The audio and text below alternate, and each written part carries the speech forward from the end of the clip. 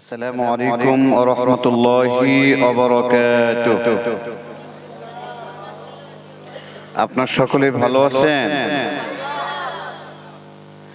আলোচনার শুরুতে আমি একটু কষ্ট দেব। মাহফিলের কিছু আদব রয়েছে।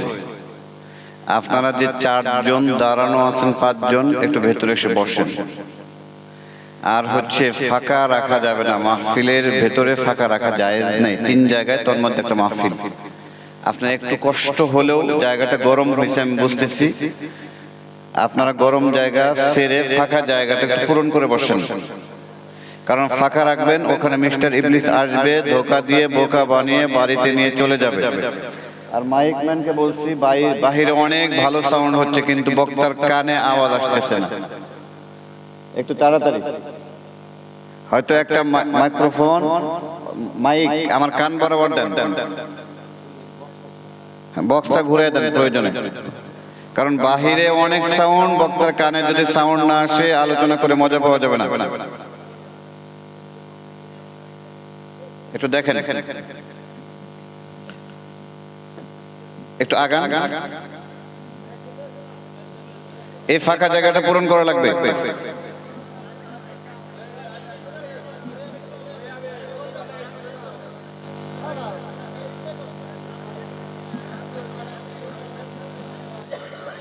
তাড়াতাড়ি আগান, তাড়াতাড়ি।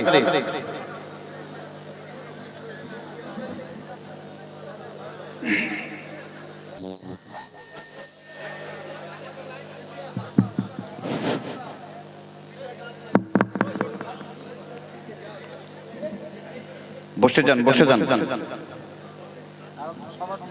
আর একটু এদিকে।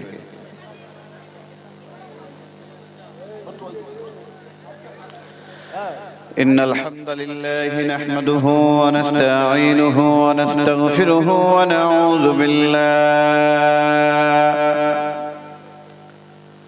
ونعوذ بالله من شرور أنفسنا ومن سيئات أعمالنا.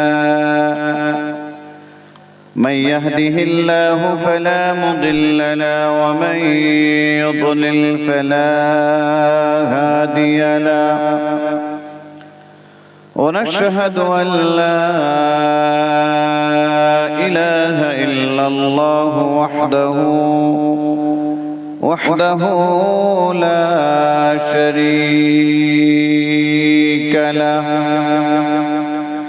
ونشهد أن سيدنا وسندنا وحبيبنا وطبيبنا وطبيب قلوبنا ومولانا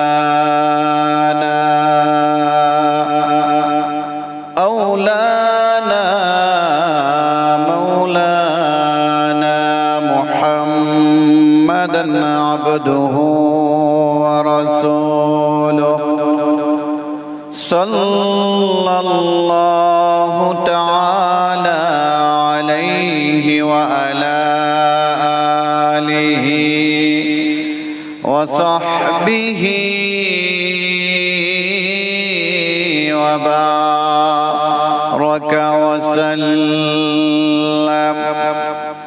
وبارك وسلم تسليما كثيرا كثيرا. أما بعد فقد قال الله تعالى في كلامه المجيد والفرقان الحميد. أعوذ بالله من الشيطان الرجيم. بسم الله الرحمن الرحيم.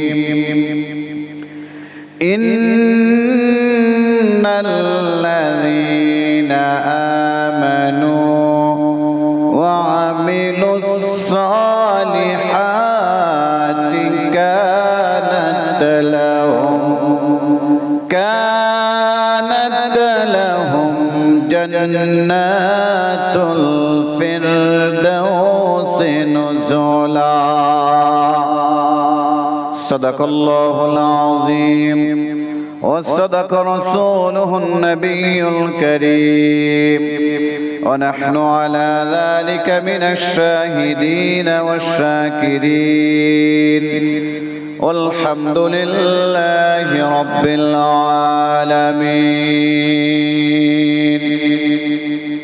وقال رسول الله صلى الله عليه وسلم من قال لا إله إلا الله دخل الجنة أو كما قال النبي عليه الصلاة والسلام وقال تعالى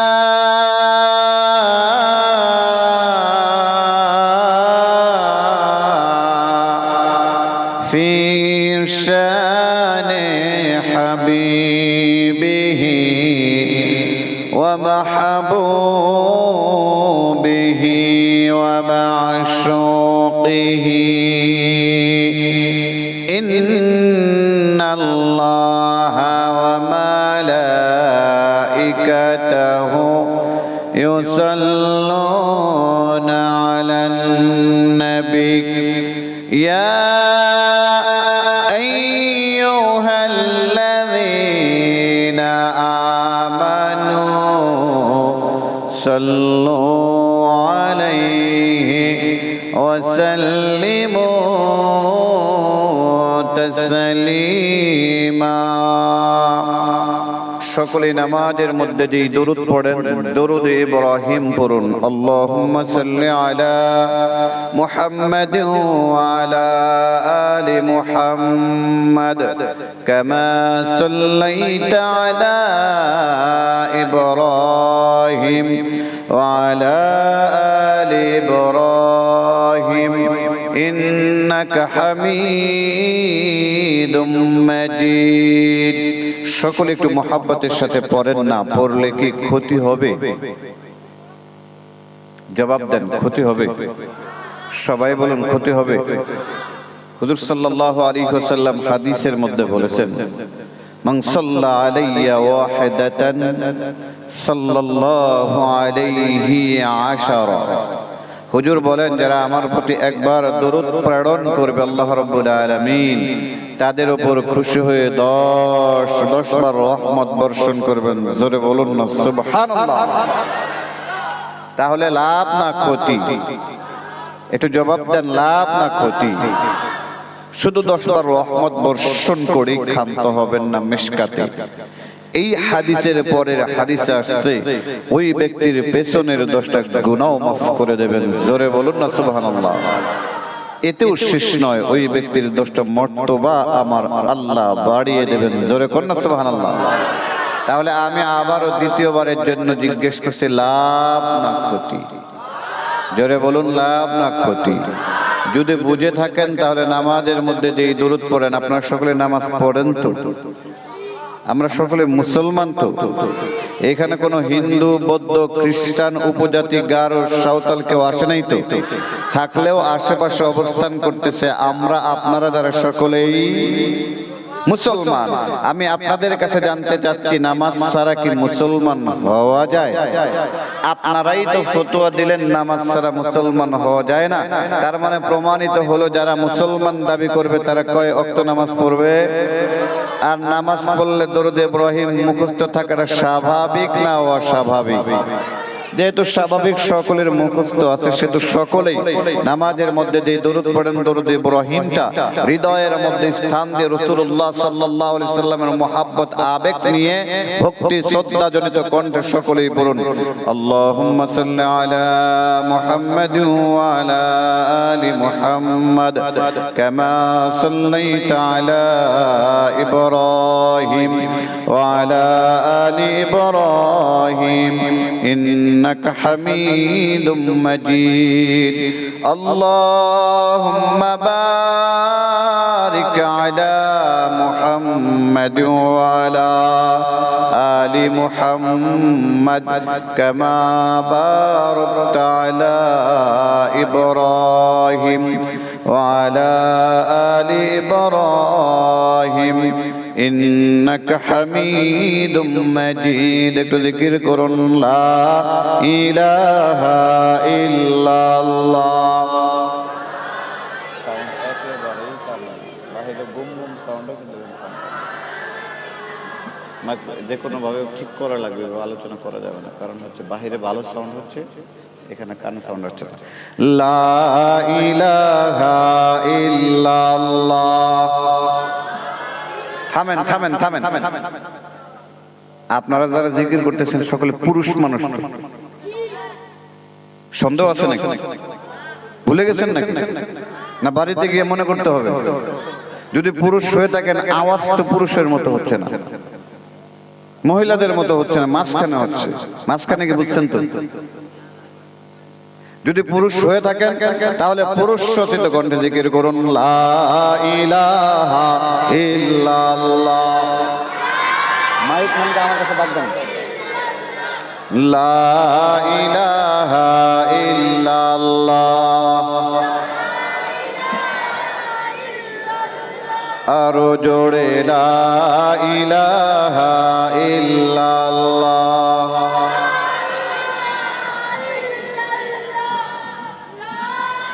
বাহিরে গুম গুম আওয়াজ হচ্ছে, কিন্তু হচ্ছে আমার কানে সাউন্ড আসতেছে না। এখন ওটা দিলে, এত তারা মনিটর কাছাকাছি দিলে এখানে প্রভাব পড়বে, এটা স্বাভাবিক।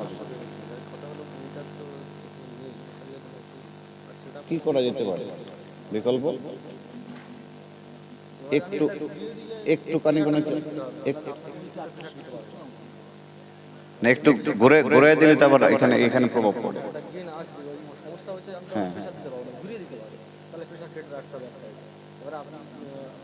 এইটা কি একটু ঘুরে আমার কান বরাবর দেওয়া যাবে? লা ইলাহা ইল্লাল্লাহ। লা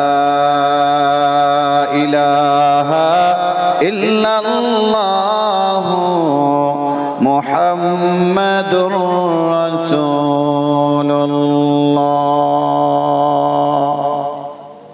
সাল্লাল্লাহু আলাইহি ওয়াসাল্লাম। ওকে ওকে।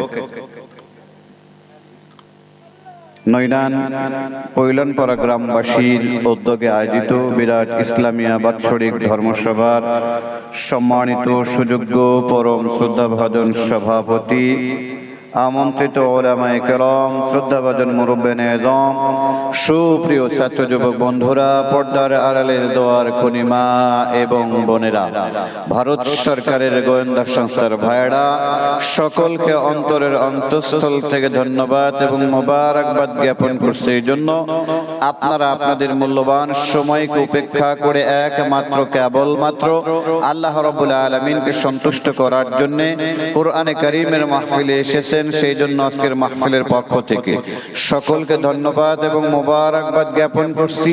সাথে সাথে সেই মহান আল্লাহ রাব্বুল আলামিনের দরবারে শুকরিয়া আদায় করছি, যে মহান মনিব আমাদেরকে জাতির একটি ক্রান্তিকাল মুহূর্তে, যে সময়ে নয়নান পৈলানপাড়া এই ময়দানে বসে আমরা একত্রিত হয়ে কোরআন এবং হাদিসের আলোচনা শুনতেছি, ঠিক এই সময়ই হয়তো আমার ফিলিস্তিনের কোন মুসলিম ভাই তার আপনজনকে বিদায় দেওয়ার জন্য হয়তো কবরস্থানে অবস্থান করতেছে। ঠিক ক্রাইসিস মুহূর্তে যে মহান আল্লাহ রাব্বুল আলামিন আমাদেরকে কোরআন এবং হাদিসের আলোচনা করার এবং শোনার জন্য কোরআনে কারীমের মাহফিলে আসার বসার সুযোগ দান করলেন, সেই জন্য সেই মহান মুনিবের দরবারে শুকরিয়া আদায় করছি আলহামদুলিল্লাহ। আপনারা মাহফিলে এসে বেজার না খুশি? কম না বেশি?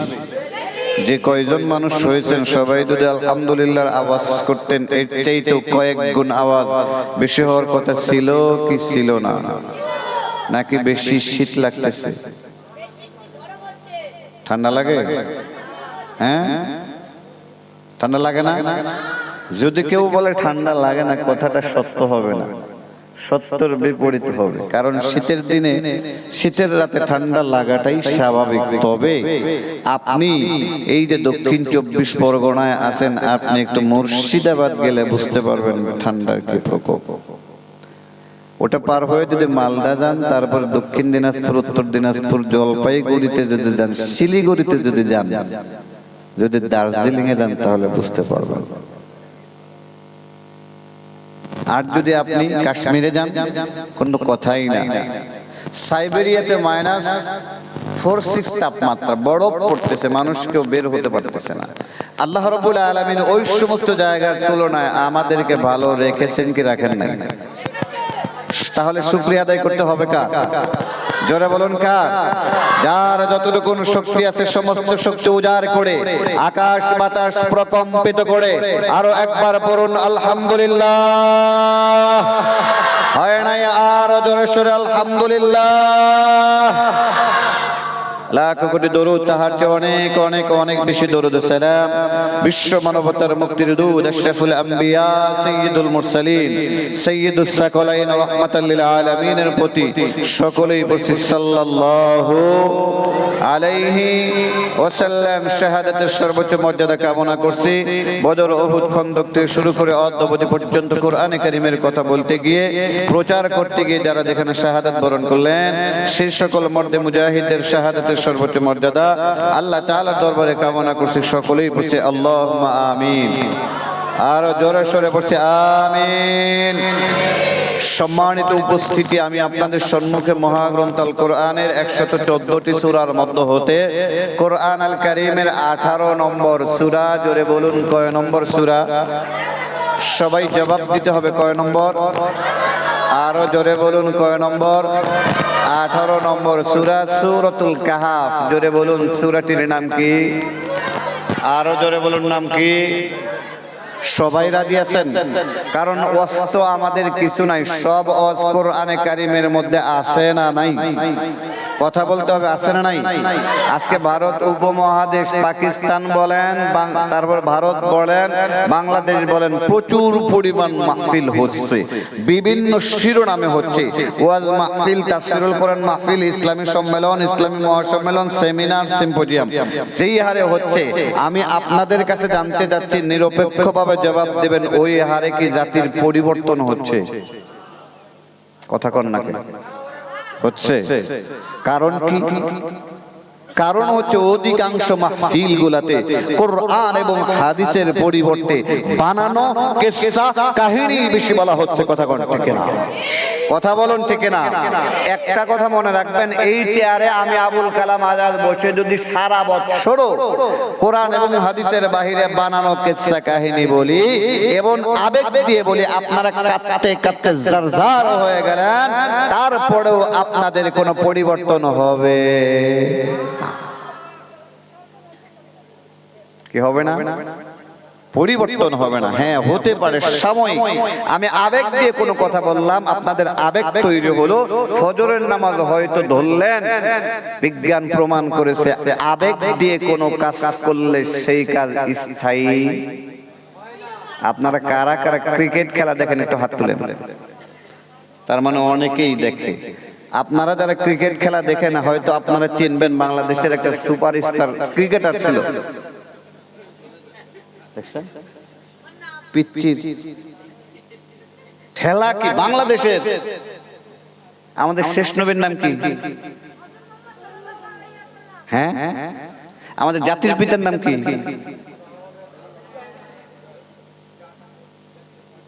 পিচ্চির সাহস কি! সাকিব আল হাসান, হ্যাঁ আমি ওই দিকেই যাচ্ছি। বাংলাদেশের সুপারস্টার সাকিব আল হাসান আপনারা লক্ষ্য করেছিলেন যে দাড়ি রেখে এই পর্যন্ত দাড়ি রাখছিল, এই পর্যন্ত দাড়ি ছিল। এখন কি দাড়ি আছে? এখন দাড়ি আছে? হ্যাঁ, একটা সময় সে দাড়ি রাখছিল এই পর্যন্ত, এখন তার দাড়ি,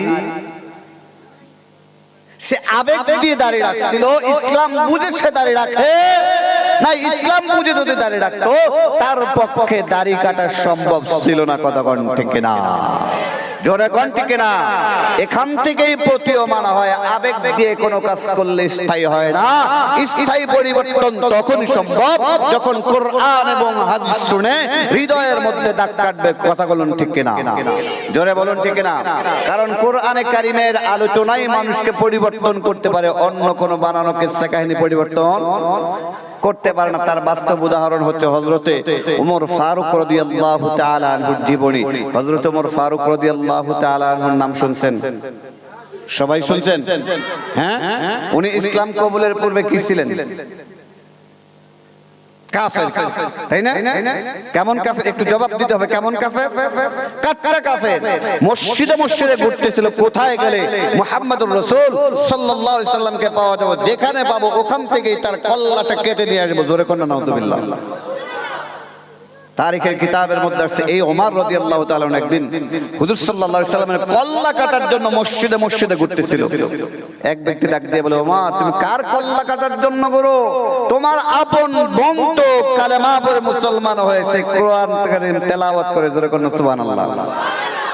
উনি ওনার মিশন চেঞ্জ করে চলে গেল আপন বোনের বাড়িতে, গিয়ে দেখতেছে তেলাওয়াত হচ্ছে। জোরে কোন সুবহানাল্লাহ। তেলাওয়াত শুনলেন, অন্তরটা নরম হয়ে গেল, কালেমা পড়ে মুসলমান হলেন। জোরে কোন সুবহানাল্লাহ। কালেমা পড়ে যখন মুসলমান হলেন, তার মান সম্মান ইজ্জত আমার আল্লাহ এতটাই বুলন্দ করে দিলেন। হাদিসের মধ্যে আছে আল্লাহর নবী বলেছেন, লা নাবিয়্যা বাদি ওয়ালা রাসূলা, আমার পরে কোন নবীও আসবে না, রাসূলও আসবে না। যদি আসতো লাকানা ওমর। কে কে? কোন ওমর? যে ওমর একটু আগে রাহমাতাল লিল আলামিনের কল্লা কাটার জন্য মসজিদে মসজিদে ঘুরতেছিল। তারিখের কিতাবের মধ্যে আছে এই ওমর রাদিয়াল্লাহু তাআলা যখন অর্ধ জাহানের বাদশা খলিফাতুল মুসলিমিন, তখন ইসলামের চতুর্থ খলিফা, এই নাম কি? ইসলামের চতুর্থ খলিফার নাম কি? হ্যাঁ, হযরত আলী রাদিয়াল্লাহু তাআলা। আমি তোমাকে এই জন্যই জিজ্ঞেস করছি, তুমি সুপারস্টার সাকিব আল হাসানের নাম জানো, ইসলামের চতুর্থ খলিফার নাম জানো না? ইসলামের চতুর্থ খলিফার নাম কি? জোরে বলুন, নাম কি? হযরত আলী রাদিয়াল্লাহু তাআলা আনহু স্বপ্নে দেখতেছেন যে উনি হুজুর সাল্লাল্লাহু আলাইহি সাল্লামের পেছনে ফজরের নামাজ পড়তেছেন। হযরত আলী বলেন, আমি হুজুর সাল্লাল্লাহু আলাইহি সাল্লামের পেছনে গিয়ে ফজরের ইক্তেদা করলাম।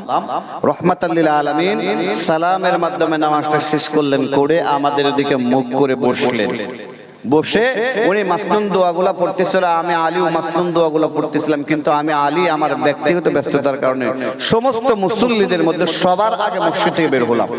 হয়েই দেখি এক বৃদ্ধা মহিলা হাতে কিছু খেজুর নিয়ে দাঁড়ানো। জোরে বলুন না সুবহানাল্লাহ, সুবহানাল্লাহ। হযরত আলী বলতেছেন, বৃদ্ধা মহিলা আমাকে দেখে বললেন, হে আলী, স্বপ্নের ঘটনা, হে আলী খেজুরের পাত্রটা নাও, নিয়ে হুজুর সাল্লাল্লাহু আলাইহি সাল্লামের হাতে দেবে, বলবে অমুক বাগানের খেজুর অমুক দিয়ে গিয়েছে, আরো বলবে সে যেন নিজে খায়, উপস্থিত মুসল্লিদের মধ্যে যেন বন্টন করে দেয়। হযরত আলী বলতেছেন, আমি বৃদ্ধা মহিলার কাছ থেকে খেজুরের পাত্রটা নিলাম, নিয়ে হুজুরের হাতে দিলাম। হুজুর সাল্লাল্লাহু আলাইহি সাল্লাম খেজুরের পাত্রের মধ্যে এইভাবে হাতে ঢুকাইয়া কিছু খেজুর বের করে আনলেন, এনে উপস্থিত মুসল্লিদের মধ্যে বন্টন করে দিলেন। একটা খেজুর রাহমাতাল লিল আলামিন নিজে নিজের মুখের মধ্যে ঢুকাইয়া নিলেন, আর একটা খেজুর আমি আলী রাদিয়াল্লাহু তাআলা আনহুর মুখের মধ্যে হুজুর সাল্লাল্লাহু আলাইহি ওয়াসাল্লাম ঢুকিয়ে দিলেন। জোরে কন্না সুবহানাল্লাহ।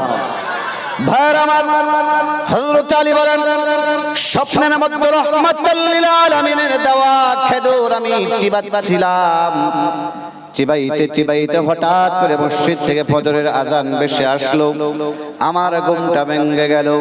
ঘুম থেকে জাগ্রত হয়ে দেখি রহমাতাল লিল আলামিনের দেওয়া খেজুরের স্বাদ এখনো আমার জিহ্বার মধ্যে বিদ্যমান। জোরে কন্যা সুবহানাল্লাহ।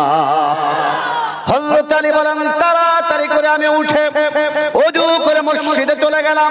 গিয়া দেখি ফজরের জামাত শুরু হয়েছে, আর ওই জামাতের ইমামতি করতেছেন অর্ধজাহানের বাদশা খলিফাতুল মুসলিমিন হযরত ওমর রাদিয়াল্লাহু তাআলা আনহু। জোরে কন্যা সুবহানাল্লাহ।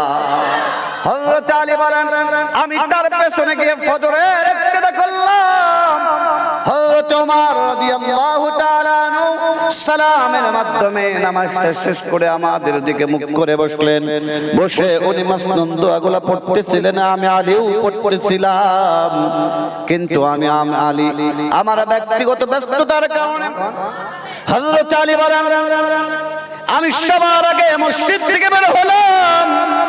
বের হয়েই দেখি এক বৃদ্ধা মহিলা হাতে কিছু খেজুর নিয়ে দাঁড়ানো। জোরে কন্যা সুবহানাল্লাহ। আমি আপনাদের কাছে জানতে চাই এইটা কি স্বপ্নে না বাস্তবে?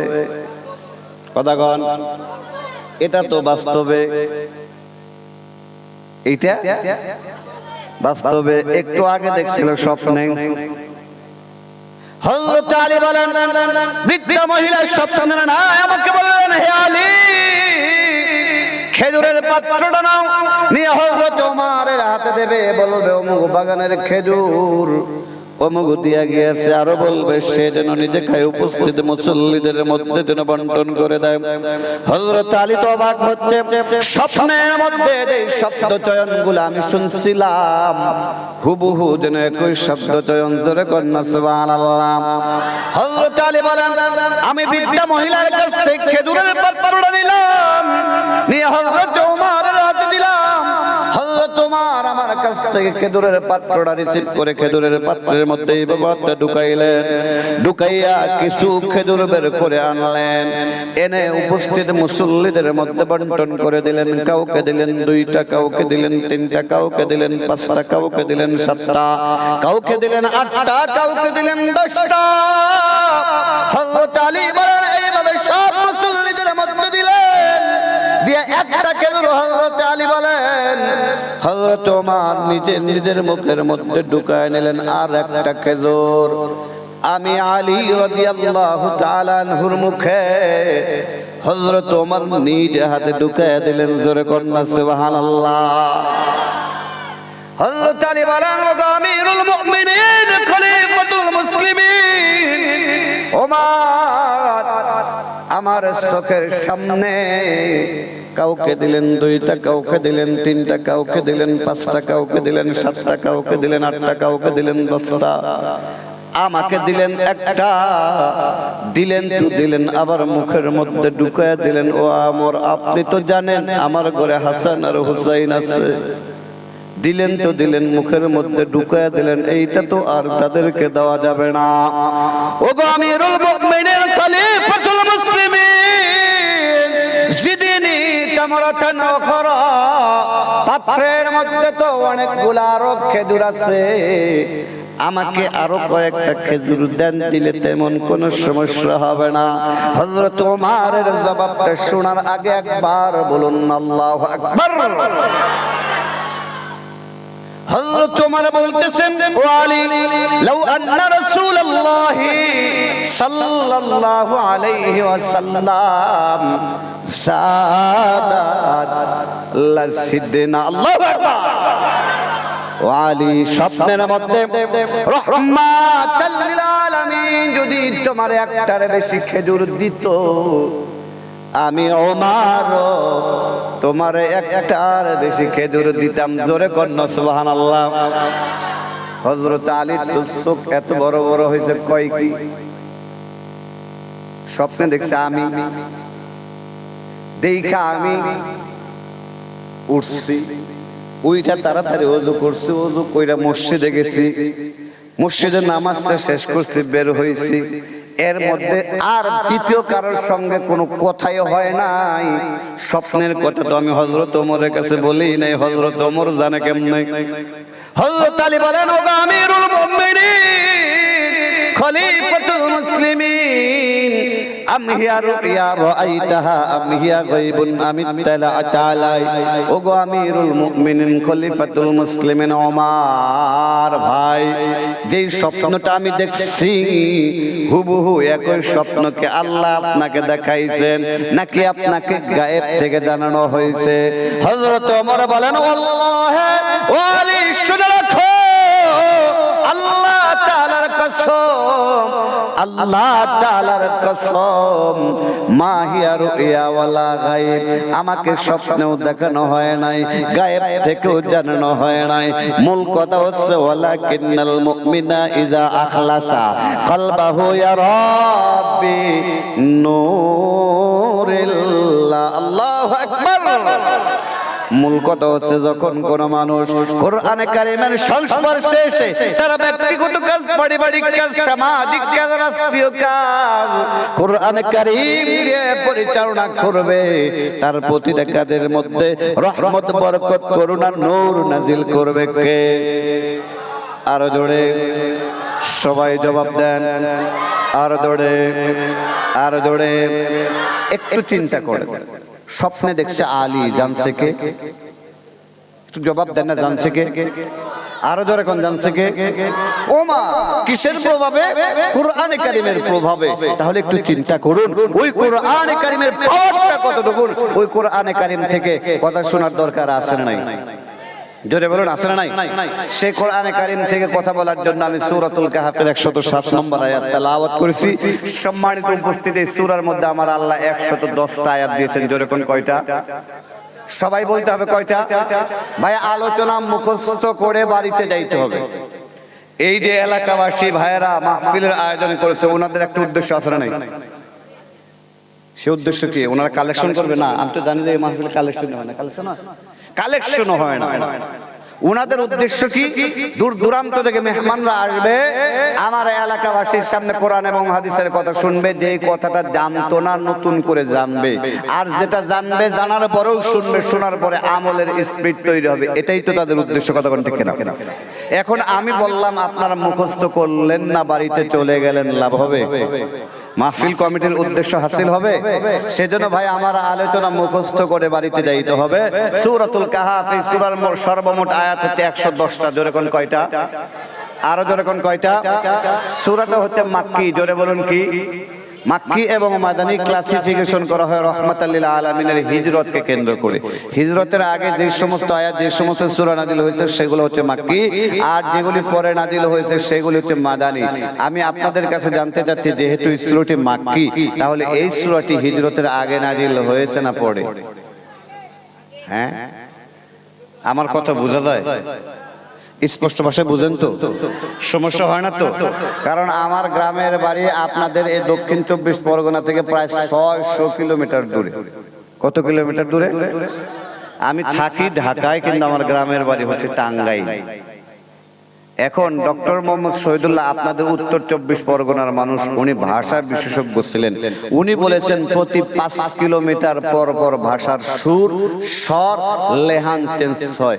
আপনারা দক্ষিণ 24 পরগনার মানুষ যে সুরে কথা বলেন, কলকাতার মানুষকে ওই সুরে কথা কয়? জোরে বলুন। আবার কলকাতার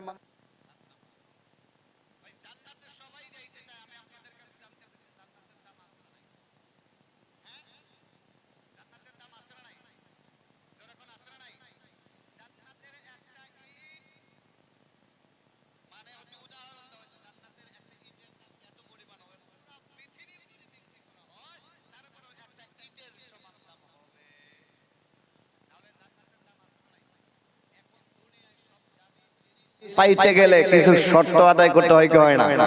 আমার আল্লাহ জান্নাত বানিয়েছেন বান্দাকে দেওয়ার জন্য, জাহান্নাম বানিয়েছেন ঠিক, কিন্তু জাহান্নাম দেওয়ার জন্য তৈরি করে নাই। এখন প্রশ্ন হতে পারে, তাহলে হুজুর জাহান্নাম কেন তৈরি করলেন? জাহান্নাম এই জন্যই তৈরি করেছেন, জান্নাত দেওয়ার জন্য তৈরি করেছে। যারা জান্নাতে যাবে না তাদেরকে কিয়ামতের দিন একটা জায়গা তো থাকতে দিতে হবে। কথা বলেন ঠিক না? আপনি দিনের দাওয়াত দিলেন, ভাই আসেন নামাজ পড়েন, রোজা রাখেন, কালেমা পড়েন, হজ করেন, এইভাবে দাওয়াত দিলেন। এখন যে ব্যক্তি গ্রহণ করলো না, সে তো জান্নাতে যাওয়ার জন্য চেষ্টাই করলো না। কিয়ামতের দিন তাকে তো একটা জায়গায় থাকতে দিতে হবে। সেই জন্য আমার আল্লাহ জাহান্নাম সৃষ্টি করেছেন, কিন্তু জাহান্নাম দেওয়ার জন্য তৈরি করেন নাই, দেওয়ার জন্য সৃষ্টি করেছেন হচ্ছে জান্নাত। জোরে বলুন কি? জোরে বলুন কি? জান্নাত দেওয়ার জন্য বানিয়েছেন। এখন আল্লাহ জান্নাত দেবেন, তবে আমার আল্লাহ শর্ত দিয়েছেন দুইটা। জোরে কোন কয়টা? একটু মনোযোগের সহিত শুনতে হবে, আলোচনা মুখস্থ করে বাড়িতে যাইতে হবে। শর্ত কয়টা? এক নম্বর শর্ত, ইন্নাল্লাযীনা আমানু, নিশ্চয়ই যারা ঈমান এনেছে। জোরে বলুন কি আনছে? দুই নম্বর শর্ত, ওয়ামিলুস সলিহাত, আমলে সালেহ তথা নেক কাজ করেছে। আমার আল্লাহ বলেন দুনিয়ায় এই দুইটা শর্ত যারা আদায় করবে, আমি আল্লাহ তাদেরকে নিজে জান্নাতুল ফেরদাউসে মেহমানদারি করাবো। জোরে কোন সুবহানাল্লাহ। অর্থাৎ জান্নাতুল ফেরদাউসে আমার আল্লাহ একটা অনুষ্ঠান করবেন, ওই অনুষ্ঠানের মেজবান তথা হোস্ট হবেন স্বয়ং আল্লাহ, আর গেস্ট তথা মেহমান হবেন তারা যারা দুনিয়ায় দুইটা কাজ করবে। জোরে কোন কয়টা? এক নম্বর ঈমান, দুই নম্বর নেক কাজ। জোরে বলুন কি কাজ? আর ভেন্যু তথা কমিউনিটি সেন্টার হবে জান্নাতুল ফেরদাউস। জোরে কোন সুবহানাল্লাহ। এখন আমার আয়াতের অনুবাদ শোনার সঙ্গে সঙ্গে কিছু মানুষ খুব মনে মনে খুশি যে হুজুর আল্লাহ জান্নাতে যাওয়ার জন্য শর্ত দিয়েছে কয়টা? দুইটার মধ্যে একটা শর্ত হুজুর জন্মের আগেই আদায় করে ফেলেছি। কেমনে? আল্লাহ এক নম্বর শর্ত দিল ঈমান। হুজুর আমার দাদা ছিল ঈমানদার, বাবা ছিল ঈমানদার, আমি তো জন্মসূত্রে ঈমানদার, তার মানে আমি জন্মের আগে 50% জান্নাতে চলে গেছি। ভাই যেই ইচ্ছা পোষণ, যেই আশা আকাঙ্ক্ষা নিয়ে আপনি বসে আছেন, ওই ইচ্ছা ওই আশা আকাঙ্ক্ষা নিয়ে বসে থাকলে জান্নাত পাওয়া তো দূরের কথা, জান্নাতের ঘ্রাণও পাওয়া যাবে। কারণ যেই ঈমান আমার আপনার কাছে আছে, ওই ঈমান দিয়ে জান্নাত পাওয়া তো দূরের কথা, জান্নাতের ঘ্রাণও মিলবে। এখন বলবেন হুজুর আলোচনার শুরুতে হতাশার বাণী, যেই ঈমান আমার আপনার কাছে আছে ওই ঈমান দিয়ে নাকি জান্নাতে যাওয়া যাবে না, তাহলে কোন ঈমান হলে জান্নাতে যাওয়া যাবে? ভাইরা আমার, হতাশ হওয়ার কোনো কারণ নাই। তাফসীর করার জন্য বাংলাদেশ থেকে আপনারা ভারতের জমিতে আসছি। আল্লাহ রাব্বুল আলামিন সূরাতুল বাকারার 13 নম্বর আয়াতের মাঝখানে বলেন, আমিনু কামা আমানান নাস। আল্লাহু আকবার বলুন। আল্লাহ রাব্বুল আলামিন বলেন, আমিনু, ও দুনিয়ার ঈমানদাররা তোমরা ঈমান আনো, কামা আমানান নাস, তাদের মতো যারা ইতিপূর্বে ঈমান এনেছিল। ভাইরা আমার, ইতিপূর্বে কারা ঈমান এনেছিল, তাদের ঈমানটা কেমন ছিল, তাদের ঈমানের জজবাটা কেমন ছিল? তাফসীরের কিতাবের মধ্যে অনেকগুলা ব্যাখ্যা আছে। সময় স্বল্পতার কারণে সব ব্যাখ্যা উপস্থাপন করা আমার পক্ষে সম্ভব নয়, আপনাদের ধৈর্যে কুলাবো না। সেই জন্য সময় যেহেতু সংক্ষেপ, সব তাফসীরের মধ্য থেকে একটা তাফসীর আমি আপনাদের সামনে আলোচনার সাথে উপস্থাপন করব। তাফসীরের মধ্যে সবচেয়ে ভালো তাফসীর তাফসীর ইবনে কাসির, ইমাম ইবনে কাসির রাহমাতুল্লাহি আলাইহি তার তাফসীরের মধ্যে লেখেন, আল্লাহ বলেছেন আমিনু কামা আমানান নাস। আল্লাহ যে বলেছেন কামা আমানান নাস, কামা আমানান নাস বলতে বুঝিয়েছেন, ও দুনিয়ার মানুষরা তোমরা ঈমান আনো নবীর সাহাবাদের ঈমানের মতো। জোরে বলুন কাদের মতো? আরো জোরে বলুন কাদের মতো? আরো জোরে বলুন কাদের মতো? এখন প্রশ্ন করবেন হুজুর নবীর সাহাবাদের ঈমানটা কেমন ছিল? ভাইরা আমার, নবীর সাহাবারা ঈমান এনেছিল, আমি আপনি কিন্তু ঈমান আনি নাই। ঈমান আনছি, ঈমানটা পেয়েছি।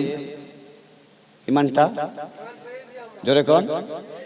আমার দাদা ছিল ইমানদার, বাবা ছিল ইমানদার, পৈতৃক সূত্রে আমি আপনি ইমানদার। কথা বলুন ঠিক কিনা?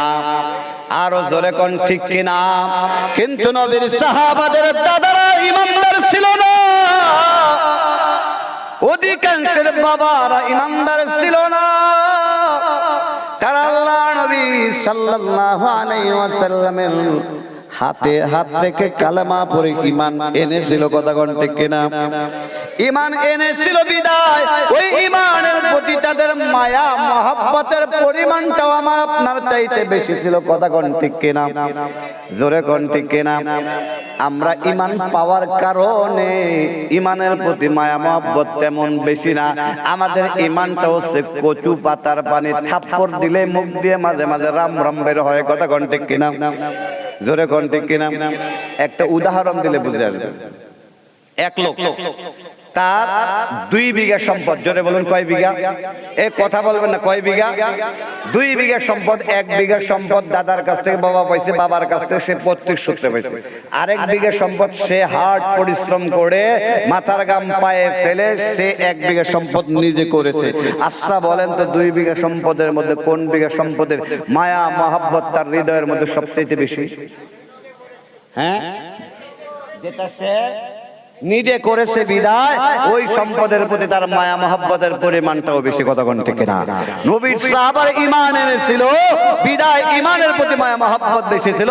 আর আমি আপনি ঈমান না এনে ঈমান পাওয়ার কারণে, ওই যে তাদের সম্পদ পাওয়ার কারণে যেমন ঈমানের প্রতি সম্পদের প্রতি মায়া মহব্বত কম, ঠিক তদ্রূপ দাদার কাছ থেকে বাবা, বাবার কাছ থেকে আমি ঈমান পাওয়ার কারণে ঈমানের প্রতি মায়া মহব্বতটাও কম, কথা কোন ঠিক না? জোরে কোন ঠিক না? আর ভাইরা আমার, নবীর সাহাবারা তাদের ঈমানের প্রতি মায়া মহব্বত কেমন ছিল যদি বুঝতে চান, হযরত আবু বকরের জীবনের দিকে তাকান, ওমরের জীবনের দিকে তাকান, উসমানের জীবনের দিকে তাকান, হযরত আলী রাদিয়াল্লাহু তাআলা আনহুর জীবনের দিকে তাকান। শুধু তাই নয়, এখন যদি বলেন হুজুর এই 2024 সাল চলতেছে, 2023 সাল 24 সালে এমন কি কোন উদাহরণ রয়েছে যে উদাহরণ দিয়ে 1450 বছর আগে নবীর সাহাবাদের ঈমানটা আমরা বুঝতে পারবো? আমি বলবো হ্যাঁ। লা ইউলা যাইবু ওয়ালা ইউহসা গরাইবুহু।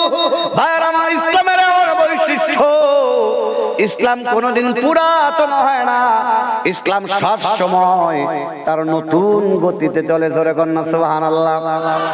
আমি আপনাদেরকে বলবো 2024 সালে কোন ঘটনা দিয়ে যদি আপনি নবীর সাহাবাদের ঈমানটা যদি বুঝতে চান, আমি বলবো দয়া করে একটু ফিলিস্তিনের দিকে তাকান। কিসের দিকে? কিসের দিকে? ওই ফিলিস্তিনের মুসলিম ভাইদের দিকে যদি তাকান তাহলে বুঝতে পারবেন নবীর সাহাবাদের ঈমানটা কেমন ছিল, ঈমানি জজবাটা কেমন ছিল। আমি আপনাদেরকে বুঝার সময় আমারও নাই আপনারও নাই, তবে আমি আপনাদেরকে আশ্বস্ত করতেছি 1 মিনিট যদি ধৈর্য সহকারে বসেন, 4 ঘন্টার আলোচনা আমি 1 মিনিটে বুঝিয়ে দিতে সক্ষম ইনশাআল্লাহ। আমলে সালেহ হচ্ছে ওই আমল যে আমলটা আল্লাহ আল্লাহর রাসূলের তরিকা অনুযায়ী হয়। জোরে বলুন কি অনুযায়ী হয়? সব আমলই আমলে সালেহ প্রধানের কাজ করে। ইবাদত করলেই ইবাদত হয় না, তখনই ইবাদত হিসেবে গণ্য হয় যখন ওই ইবাদতটা আল্লাহ আল্লাহর রাসূলের তরিকা অনুযায়ী হয়। কথা কোন ঠিক না? 4 ঘন্টার আলোচনা 30 সেকেন্ডে বুঝে আসবে একটা উদাহরণের মাধ্যমে। মাগরিবের ফরজ নামাজ কয় রাকাত? কয় রাকাত? এখন যদি মনে করেন কোন একজন মানুষ 100% সুস্থ, কোনো অসুস্থতা নাই, 100% ফ্রি, কোনো ব্যস্ততাও নাই, এখন ওই ব্যক্তি যদি মনে করে নামাজ তো ভালো কাজ, আমি 3 রাকাত কেন পড়বো, 3 রাকাতের পরিবর্তে 1 রাকাত বাড়াইয়া 4 রাকাত পড়বো, 4 রাকাত পড়েও ফেললো ইচ্ছা করে মাগরিবের ফরজ নামাজ। আচ্ছা আপনারা ফতোয়া দেন তো, কোনো মানুষ যদি ইচ্ছা করে 4 রাকাত ফরজ নামাজ পড়ে, নামাজ কি হবে? হবে? কেন হবে না? শুধু ভালো কাজই করছে, নামাজ তো ভালো কাজ, তাও হবে না? হ্যাঁ, তাও হবে না। কেন হবে না? ৪৪ রাকাত যে পড়ছে, ওই ৪৪ রাকাতটা আল্লাহ আল্লাহর রাসূলের তরিকা অনুযায়ী হয়। হয় না এই বিদায় পেছনের 3 রাকাত বাতিল হয়ে গেছে। কথা কোন ঠিক কিনা? সেই জন্য ইবাদত করলে ইবাদত হয় না যতক্ষণ পর্যন্ত আল্লাহ আল্লাহর রাসূলের তরিকা অনুযায়ী না হয়। তাহলে ভাইরা আমার, জান্নাতে যাওয়ার জন্য শর্ত দিলেন কয়টা? আরো জোরে বলুন কয়টা? 2টা শর্ত। 1 নাম্বার ঈমান, আর ঈমান টানতে হবে নবীর জোরে বলুন কাদের মতো? নবীর সাহাবাদের মতো। জোরে বলুন কাদের মতো? আর 2 নম্বর শর্ত আমলে সালেহ তথা নেক কাজ। নেক কাজ কাকে বলে? যেটা আল্লাহ আল্লাহ রাসূলের তরিকা অনুযায়ী হয়। 2টা কাজ আপনি করলেন, আল্লাহর ওয়াদা কানাত লাহুম জান্নাতুল ফিরদাউস নুজুলা, আমি আল্লাহ তোমাদেরকে জান্নাতুল ফিরদাউসে নিজে মেহমানদারি করাবো। জোরে কোন সুবহানাল্লাহ। এখন কি দিয়ে মেহমানদারি করবেন? এই যে আজকে ভাইরা মেহমানদারি করেছে অনেক রকমের খাবার দিয়ে। আল্লাহ জান্নাতে আমাকে আপনাকে মেহমানদারি করবেন কি দিয়া? আমরা হুজুররা যখন জান্নাতের আলোচনা করি তখন একটা আলোচনার মধ্যে সীমাবদ্ধ রাখি, মানুষদেরকে বুঝাইতে চাই ভাই নামাজ ধরেন, রোজা রাখেন, হজ করেন, যাকাত দেন, দিনের পথে চলেন, পর্দা করার চেষ্টা করেন। ভাই এইগুলো যদি করেন, একবার যদি জান্নাতে যাইতে পারেন, এমন খাওয়ান আর খাওয়ান, এমন খাওয়ান দেব আকাশ দিয়ে পাখি উড়ে যাবে, মনে যাবে ওই পাখিটা আপনার কাছে গুনাহ হয়ে ঢুকে যাবে। এই আলোচনার মধ্যে আমরা সীমাবদ্ধ রাখি কি রাখি না? কথা বলেন ভাই। আল্লাহ জান্নাতে আল্লাহ যে আমাকে আপনাকে মেহমানদারি করাবে, পাখির গুনাহগ্রস্ত ওই মেহমানদারি সর্বোচ্চ কোনো মেহমানদারি নয়, সর্বোচ্চ কোনো চূড়া নয়। এখন বলবেন তাহলে সর্বোচ্চ কি দিয়ে মেহমানদারি করাবে? শোনার দরকার আছে না নাই? শুনবেন? কারা কারা কারা কারা হাত টান টান করে উচ্চারণ করেন লিল্লাহে তাকবীর। হাত এভাবে নাড়া দেন লিল্লাহে তাকবীর, লিল্লাহে তাকবীর। হাত নামান। ভাই ওই পাখির গুনাহগ্রস্ত সর্বোচ্চ মেহমানদারি নয়, তাহলে সর্বোচ্চ মেহমানদারি কি শুনতে হলে একটু সময় লাগবে। থাকবেন তো? থাকবেন তো? আল্লাহ আমাদের সকলকে কবুল করুন। জোরে বলুন আমিন। তাহলে জান্নাতে যাওয়ার জন্য শর্ত দিলেন কয়টা? 2টা শর্ত আপনি আদায় করলেন। মরলেন, কবরের জগতে রইলেন, কবরের নির্দিষ্ট একটা সময় রইলেন, রর পড়ে ইসরাফিল আলাইহিস সালাতু ওয়াস সালাম সিংহায় ফুৎকার দিল, আপনি জীবিত হয়ে উঠলেন, হাসরের ময়দানে গেলেন, পৃথিবীর সব মানুষরা হাসরের ময়দানে জমায়েত হবে। আল্লাহ রাব্বুল আলামিন হাসরের ময়দানে বিচার করার জন্য আদালত কায়েম করবেন। জোরে বলুন কি কায়েম করবেন? আল্লাহ বিচার করবেন। আল্লাহ যে হাসরের ময়দানে বিচার করবেন, সেই বিচারের মানদণ্ড হবে আজকের যেই আয়াতের তাফসীর আমরা করতেছি, সূরাতুল কাহাফের 107 নম্বর আয়াত। জোরে বলুন কয় নম্বর আয়াত? ওই 107 নম্বর আয়াতের আলোকে আমার আল্লাহ বিচার করবেন। আপনাদের ভারতে কয়টা কোর্টে বিচার হয়? কয়টা কোর্ট? অনেক কোর্ট। বাংলাদেশে বিচার হয় হয়তো ওইভাবে আপনাদেরও মিলে যেতে পারে। প্রথমে বিচার হয় ম্যাজিস্ট্রেট কোর্ট, তারপরে জজ কোর্ট, তারপরে হাইকোর্ট, তারপরে সুপ্রিম কোর্ট। কয়টা কোর্ট হলো? হ্যাঁ, আপনি খবর নিয়ে দেখবেন আপনার ভারতেও 4টা কোর্টে বিচার হয়। কয়টা কোর্ট? যেরকম কয়টা? আল্লাহ রাব্বুল আলামিন হাসরের ময়দানে বিচার করবেন সূরাতুল কাহাফের 107 নম্বর আয়াতের আলোকে 4টা পদ্ধতিতে। যেরকম কয়টা? আরো জোরে, আরো জোরে, আরো জোরে। আমি একটু জানতে চাই, যারা পড়াশোনা করতেছেন, এসএসসি শেষ করছেন, এইচএসসি শেষ করছেন, এই যে এসএসসি এইচএসসি তে যে রেজাল্ট হয়, কয়টা গ্রেডের রেজাল্ট হয়? আপনাদের কি গ্রেডিং পদ্ধতি না হচ্ছে ডিভিশন? গ্রেড। হ্যাঁ, এখন গ্রেড। একটু বলেন তো কোন কোন গ্রেড, কি কি গ্রেড আছে? আমাকে একটু আলোচনার স্বার্থে ভাই শুনেন, কোরআন এবং হাদিসের আলোচনা সব প্র্যাকটিক্যাল, অন্য কোনো বানানো না। কি কি গ্রেড? হ্যাঁ, A grade, B grade, C grade. না, আমার বাংলাদেশে শুনেন, আমার বাংলাদেশে গ্রেড হচ্ছে, একটু শুনেন, A plus, A grade, A minus, B grade, D grade, C grade, F grade হচ্ছে 7টা গ্রেড। কয়টা? আর আগে ওনাদের সময় ছিল ডিভিশন, আপনাদের সময় ছিল কি? ডিভিশন ছিল না? First division, second division, third division, fail division. কয়টা ডিভিশন? কয়টা? 4টা। একটু কান খাড়া করে শুনবেন। আমার আল্লাহ হাসরের ময়দানে সূরাতুল কাহাফের 107 নম্বর আয়াতের আলোকে 4টা পদ্ধতিতে বিচার করে 4টা ডিভিশনের রেজাল্ট ঘোষণা করবেন। কয়টা? কয়টা? আরো জোরে। আরো জোরে একটু মনোযোগের সহিত শুনতে হবে। 1 নম্বর গ্রেড ফার্স্ট ডিভিশন, মনোযোগের সহিত শুনুন। আল্লাহ জান্নাতে যাওয়ার জন্য শর্ত দিছে কয়টা? ইমানও আছে, আমলও আছে। ইমানটা সাহাবাদের মতো করছে, আমলটা আল্লাহ আল্লাহ রাসূলের তরিকা অনুযায়ী করছে। আল্লাহ বিচার করবেন, করে বলবেন যাও জান্নাতে চলে যাও। জোরে কোন সুবহানাল্লাহ, আরো জোরে সুবহানাল্লাহ। আর যারা একবার জান্নাতে যাবে খালিদিনা ফিহা আবাদা, তারা ওই জান্নাতে কখনো বের হবে। 2 নম্বর ডিভিশন, কান খাড়া করে শুনেন ভাই, আমি একটু পরে কিন্তু আবার পরীক্ষা নেব, প্র্যাকটিক্যাল পরীক্ষা নেব, জবাব দিতে হবে। 2 নম্বর, জান্নাতে যাওয়ার জন্য শর্ত দিলে ইমানও নাই, আমলও নাই। ইমানও নাই, আমলও নাই। জান্নাতে যাওয়ার জন্য শর্ত কয়টা? ইমান, আমল। এখন দুইটার একটাও নাই, ইমানও নাই, আমলও নাই। আল্লাহ বলবেন যা জাহান্নামে যা। কোথায় যা? জোরে বলুন কোথায়? জোরে কোন কোথায়? যারা এই গ্রেডে জাহান্নামে যাবে খালিদিনা ফিহা আবাদা, তারাও ওই জাহান্নাম থেকে কোনোদিন বের হবে।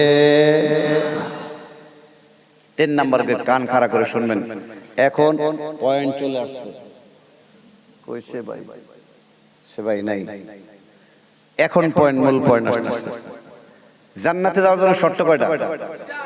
ইমান, আমল। ইমানও আছে, আমলও আছে, তবে ভালো আমলের পাশাপাশি খারাপ আমলও আছে। কি আছে? ভালো আমলের পাশাপাশি খারাপ আমলও আছে। নামাজ পড়ে, মিথ্যা কথা বলে। হয়তো আপনাদের দক্ষিণ 24 পরগনায় নাই, সব উত্তর 24 পরগনায় এখানেও আছে। নামাজ পড়ে ঘুষ খায়, আছে না নাই? নামাজ পড়ে সুদ খায়, আছে না নাই? মনে হয় এই এলাকায় না, আছে? এখানেও আছে। কয় কি এখানে আছে? আস্তাগফিরুল্লাহ। 1 টাকা সুদ খাওয়া আর আপন মায়ের সাথে 27 বার জিনা করার পাপ। জোরে কর না নাউজুবিল্লাহ। কয়বার? 27 বার। আপন মা, কার সাথে?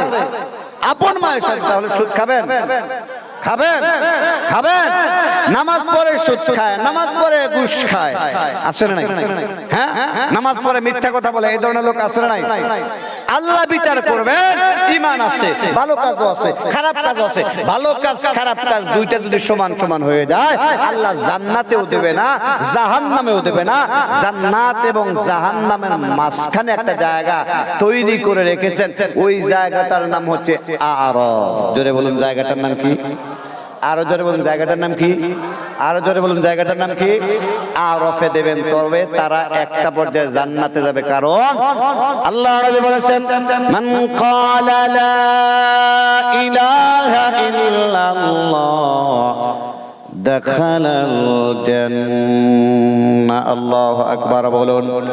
আল্লাহ নবী বলেছেন যারা একবার লা ইলাহা ইল্লাল্লাহ পড়বে তারা কোনো না কোনো একদিন জান্নাতে যাবেই যাবে। জোরে কন্যা সুবহানাল্লাহ। যেহেতু এদের ঈমান আছে, ভালো আমল আছে, খারাপ আমলও আছে, সেই জন্য খারাপ আমলের কারণে নির্দিষ্ট সময় সাজা কাটার জন্য আমার আল্লাহ তাদেরকে আরাফে রেখেছেন। তবে তারা একটা পর্যায়ে জান্নাতে যাবে। জোরে বলুন কোথায় যাবে? আরো জোরে বলুন কোথায় যাবে? 4 নম্বর গেট, কান খাড়া করে শুনুন, মনোযোগের সহিত শুনুন। আমার আল্লাহ জান্নাতে যাওয়ার জন্য শর্ত দিলেন ঈমান এবং আমল। ঈমান আছে, আমল নাই, থাকলেও 2-1টা আমার আল্লাহ ঘোষণা দেবেন যা জাহান্নামে যা। জোরে বলুন কোথায় যা? আরো জোরে বলুন কোথায় যা? তবে যারা এই চতুর্থ পর্যায়ে জাহান্নামে যাবে, ঈমান আছে, আমল নাই, থাকলেও 2-1টা, তবে তারা স্থায়ীভাবে জাহান্নামে থাকবে না। কারণ আল্লাহ নবী বলেছেন মান ক্বালা লা ইলাহা ইল্লাল্লাহ দাখালাল জান্নাহ। এই হাদিস অনুযায়ী তারা নির্দিষ্ট একটা সময় জাহান্নামের আগুনে পোড়ার পরে তারাও জান্নাতে যাবে। জোরে বলুন কোথায় যাবে? আরো জোরে বলুন কোথায় যাবে? তাহলে একটু আমাকে একটু পরীক্ষা দেন তো, 4 শ্রেণীর মানুষ আছে কয় জায়গায়? ঠিক ঠিক, কে বললো 3 জায়গায়? কে কে? তুমি? তুমি বলছো? তুমি কি আমার কাছ থেকে কোনো পুরস্কার নিবা? আসো এদিকে, এই ধরনের আমার শ্রোতা দরকার। আসো আসো আসো, এই ধরো, তোমার 50 টাকা দিলাম, তুমি কিছু খাবা। আসো আসো, আরে আসো আসো, না না নিতে হয়। 4 শ্রেণীর মানুষ আছে কয় জায়গায়? জোরে বলুন কয় জায়গায়? 1 নাম্বার আছে জান্নাতে, জোরে বলুন কোথায় আছে? 2 নাম্বার আছে কোন জায়গায়? না আরফে, জোরে বলুন কোথায় আছে? আরফে। আরফের নিচে আছে জাহান্নাম। জাহান্নামে আছে কয় শ্রেণী? জোরে কোন কয় শ্রেণী? আবার একটু মনোযোগের সহিত শুনুন। 1 নাম্বার ঈমানও আছে, আমলও আছে। কোথায় আছে? জান্নাতে গেছে, জোরে বলুন কোথায় গেছে? 2 নাম্বার ঈমান আছে, ভালো কাজও করছে, খারাপ কাজও করছে, তারা গেছে আরফে, জোরে বলুন কোথায় গেছে? 3 নম্বর ঈমানও নাই, আমলও নাই, জাহান্নামে গেছে, খালিদিনা ফিহা আবাদা, তারা কোনোদিন বের হবে না। 4 নাম্বার ঈমান আছে বাট আমল নাই, থাকলেও 2-1টা, তারাও জাহান্নামে গেছে, তবে তারা অস্থায়ীভাবে গেছে, জোরে বলুন কিভাবে গেছে? আসেন একটু এখন প্র্যাকটিক্যাল আলোচনা। প্র্যাকটিক্যাল একটু মনোযোগের সাথে শুনবেন। এই বোতলটা মনে করেন জান্নাত, জোরে বলুন কি? আরো জোরে কোন কি?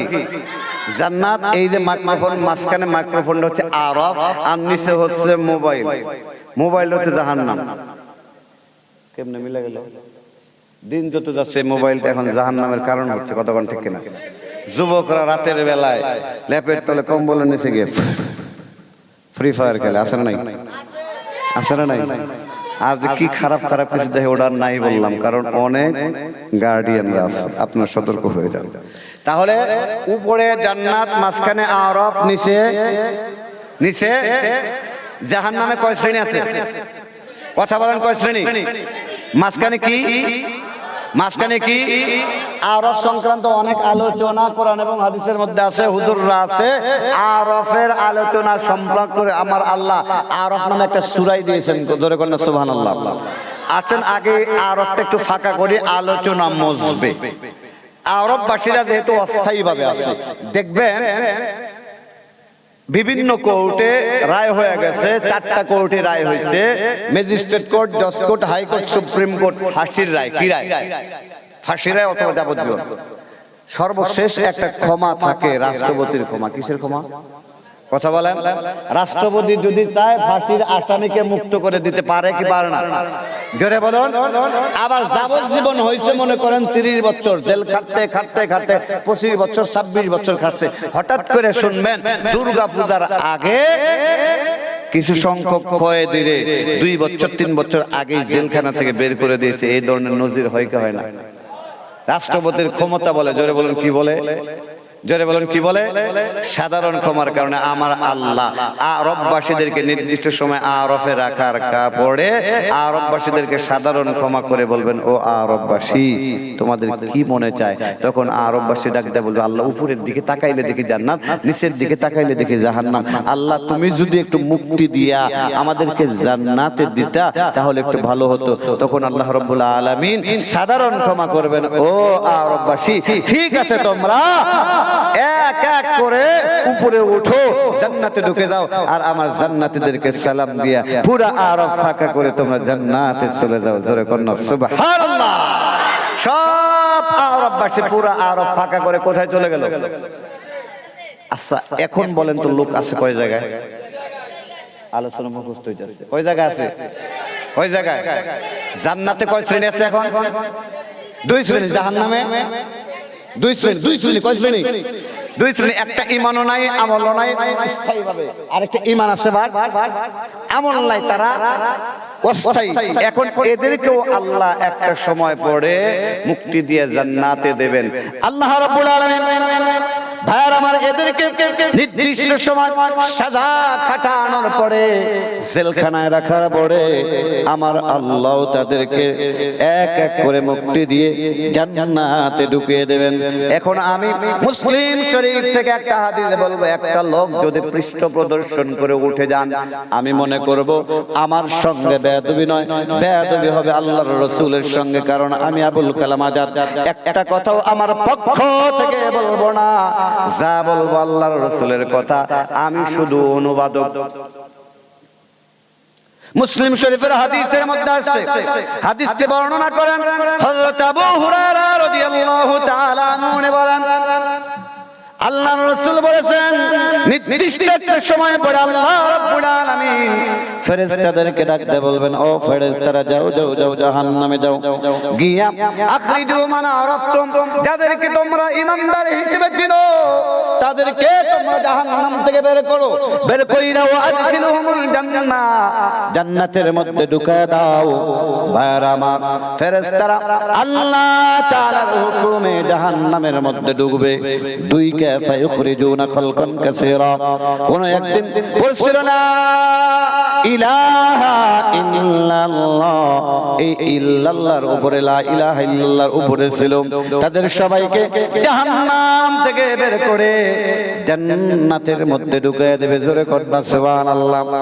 ঢুকাইয়া আল্লাহ তাআলা ডাক দিয়ে বলবেন, রব্বানা মা বাকিয়া ফিহা আহাদুন, ওগো আল্লাহ তোমার কথা অনুযায়ী জাহান্নামে গিয়েছিলাম, যাদেরকে ঈমানদার হিসেবে পাইছি তাদের সবাইকে জাহান্নাম থেকে বের করে এক এক করে জান্নাতের মধ্যে ঢুকিয়ে দিছি।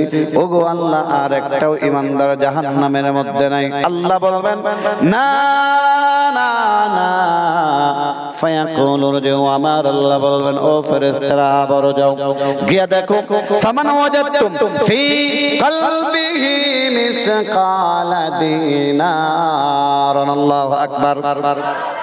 আল্লাহ বলবেন যাও আবার ওই জাহান্নামের মধ্যে গিয়ে দেখো কার হৃদয়ে এক দিনার পরিমাণ ঈমান রয়েছে, তাদেরকেও তোমরা ওই জাহান্নাম থেকে বের করো, বের কইরা জান্নাতের মধ্যে ঢুকায়া দাও। ভাইরা আমার, হাদিসের মধ্যে আছে ফেরেশতারা আল্লাহ তাআলার হুকুমে ওই জাহান্নামের মধ্যে দ্বিতীয়বারের জন্য ঢুকবে। দুইটা এক দিনার পরিমাণ ঈমান রাখে এই ক্যাটাগরির অসংখ্য অগণিত ঈমানওয়ালাদেরকে জাহান্নাম থেকে বের কইরা জান্নাতের মধ্যে ঢুকায়া দেবে। সূরা কন্যা সুবহানাল্লাহ। ঢুকাইয়া আবার একই কথা, রব্বানা মা বাকিয়া ফিহা আহাদুন, ওগো আল্লাহ তোমার কথা অনুযায়ী দ্বিতীয়বার জাহান্নামে গিয়েছিলাম, গিয়ে এক দিনের পরিমাণ ঈমান রাখে এই ক্যাটাগরির সবাই বের করে আল্লাহ জাহান্নাম থেকে বের করে জান্নাতে দিছি, আর একটা ঈমানদার নাই। আল্লাহ বলবেন না না না না, ফায়াকুলুন, আমার আল্লাহ বলবেন আবারও যাও, গিয়ে দেখো ফামান ওয়াজাদতুম ফি কলবিহি মিসকালা নিসফি দিনার, আবার ওই জাহান্নামের মধ্যে যাও, গিয়ে দেখো কার হৃদয়ে অর্ধ দিনার পরিমাণ ঈমান আছে, তাদেরকেও জাহান্নাম থেকে বের করো। ভাইরা আমার, আমার আল্লাহ আমাকে আপনাকে যে কত ভালোবাসে, হাদিসের ইবারতটুকুন তার জ্বলন্ত প্রমাণ। আল্লাহ চায় না কোনো মানুষ ওই জাহান্নামের আগুনে পুড়ে মরুক। আজকে দুনিয়া মা তার সন্তানকে ভালোবাসে, সন্তান তার মাকে ভালোবাসে, বাবা তার সন্তানকে ভালোবাসে, সন্তান তার বাবাকে ভালোবাসে, ভাই তার বোনকে ভালোবাসে, বোন তার ভাইকে ভালোবাসে, এক বন্ধু আরেক বন্ধুরে ভালোবাসে, পাড়া প্রতিবেশী একজন আরেকজনরে ভালোবাসে। এই যে ভালোবাসা হাদিসের মধ্যে আছে, আমার আল্লাহ ভালোবাসাকে, মহব্বতকে 100 ভাগ করে 99 ভাগ ভালোবাসা নিজের মধ্যে গচ্ছিত করে রেখেছেন, আর 1 ভাগ ভালোবাসা তামাম মাখলুকাতের মধ্যে দিয়েছেন। ওই 1 ভাগ ভালোবাসার অংশ বিশেষ পেয়ে মা তার সন্তানকে ভালোবাসে, সন্তান তার মাকে ভালোবাসে, বাবা তার সন্তানকে ভালোবাসে, সন্তান তার বাবাকে ভালোবাসে, মানুষ একজন আরেকজনকে ভালোবাসে। আপনার বাড়িতে যে কুকুর রয়েছে, বিড়াল রয়েছে, ছাগল রয়েছে, ভেড়া রয়েছে, গরু রয়েছে, তাদের মধ্যেও মায়া মহব্বত আছে না নাই? জোরে কোন। এই যে মায়া মহব্বত, ওই মায়া মহব্বতটাও 1 ভাগের অংশ বিশেষ, আর 99 ভাগ ভালোবাসা আমার আল্লাহ নিজের মধ্যে গচ্ছিত করে রেখেছেন। ওই 99 ভাগ ভালোবাসা দিয়া আমাকে আপনাকে ভালোবেসেছিলেন, ভালোবাসতেছেন, ভালোবাসবেন, কথা কোন ঠিক কিনা? সেই জন্য আমার আল্লাহ চায় না কোন মানুষ জাহান্নামের আগুনে পড়ে মরুক। আমার আল্লাহ বলবেন, ও ফেরেশতারা আবারও যাও গিয়ে দেখো কার হৃদয়ে অর্ধ দিনের পরিমাণে আছে তাদেরকেও জাহান্নাম থেকে বের করো। ভাই আমার ফেরেশতারা তৃতীয়বার ওই জাহান্নামের মধ্যে যাবে, গিয়া অর্ধ দিনের পরিমাণ ঈমান রাখে এই ক্যাটাগরির ফায়ুখরিজুনা খালকান কাসীরা, অসংখ্য অগণিত ঈমানওয়ালাদেরকে ওই জাহান্নাম থেকে বের করে জান্নাতের মধ্যে ঢুকায়া দেবে। জোরে কন্যা সুবহানাল্লাহ। ঢুকাইয়া আবার একই কথা, রব্বানা মা বাকিয়া ফিহা আহাদুন। ওগো আল্লাহ, তৃতীয়বার জাহান্নামের মধ্যে গিয়েছিলাম, আর একটা ইমানদারও জাহান্নামের মধ্যে রেখে আসি নাই, সব নিয়ে আসছি। আল্লাহ বলবেন না না, ফায়াকুলুন যে আবারও তোমরা যাও গিয়ে দেখো, ফামান ওয়াজাদতুম ফিহি কলবিহি মিসকালা যাররা, আল্লাহু আকবার। আবারও যাও গিয়ে দেখো কার হৃদয়ে যাররা পরিমাণ ঈমান রয়েছে, তাদেরকেও তোমরা ওই জাহান্নাম থেকে বের করে আনো। ভাইয়ার আমার, যাররার উদাহরণ কি দিয়া যে আমি আপনাদেরকে বুঝাই, বুঝানোর জন্য সহজ একটা উদাহরণ। যাদের বাড়িতে দেখবেন টিনের চাল, জোরে বলুন কিসের চাল? টিনের চাল। শীতের সময় দেখবেন দিনের বেলায় মাঝে মাঝে ওই টিনের মধ্যে যদি ফুটা থাকে, ফুটা দিয়ে সূর্যের আলো ঘরের মধ্যে ঢুকে কি ঢুকে না? জোরে কোন। যদি সূর্যের আলো চালের ফাঁকা দিয়া ফুটা দিয়া ঢুকে, ওই ফুটার মধ্যে দেখবেন সূর্যের আলো রশ্মির মধ্যে অসংখ্য লক্ষ লক্ষ ধুলাবালি আছে না নাই? ওই ধুলাবালি কিন্তু আলোর বাহিরে দেখা যায় না। মুহাদ্দিসিনে কেরাম, মুফাসসিরিনে কেরাম বলছেন, এই যে ছোট্ট ছোট্ট ধুলাবালি, এই ছোট্ট ছোট্ট ধুলাবালিটাই হচ্ছে যাররা। ভাইরা আমার, যাররা পরিমাণ ঈমান যাদের আছে, কোন একদিন পড়ছিল না ইলাহা ইল্লাল্লাহ, লা ইলাহা ইল্লাল্লাহ। আল্লাহর এতটাই সহজ হয়ে গেছে, ফেরেশতাদেরকে বলবেন যাও তাদেরকেও জাহান্নাম থেকে বের করে আনো। ফেরেশতারা আল্লাহ তাআলার হুকুমে চতুর্থবারের জন্য জাহান্নামের মধ্যে যাবে, গিয়া দেখবে কার হৃদয়ে সারা পরিমাণ ঈমান ছিল, দুনিয়ায় কোনো একদিন পড়ছিল লা ইলাহা ইল্লাল্লাহ, লা ইলাহা ইল্লাল্লাহ। তাদের সবাইকে জাহান্নাম থেকে বের করবে। বের কইরা আল্লাহ তাআলার ডাকতে বলবে, আল্লাহ তোমার কথা অনুযায়ী জাহান্নামে গেছিলাম, গিয়া যারা পরিমাণ ঈমান রাখে, কোনো একদিন পড়ছিল লা ইলাহা ইল্লাল্লাহ, তাদের সবাই জাহান্নাম থেকে বের করছে, কিন্তু এদেরকে তো আল্লাহ জান্নাতে দেওয়া যাবে না। জোরে বলুন, কোথায় দেওয়া যাবে না? জোরে কোন। আল্লাহ বলবেন কেন কেন কেন, কি হয়েছে? আল্লাহ জানে না, আল্লাহ জানে না, জোরে কোন জানে না।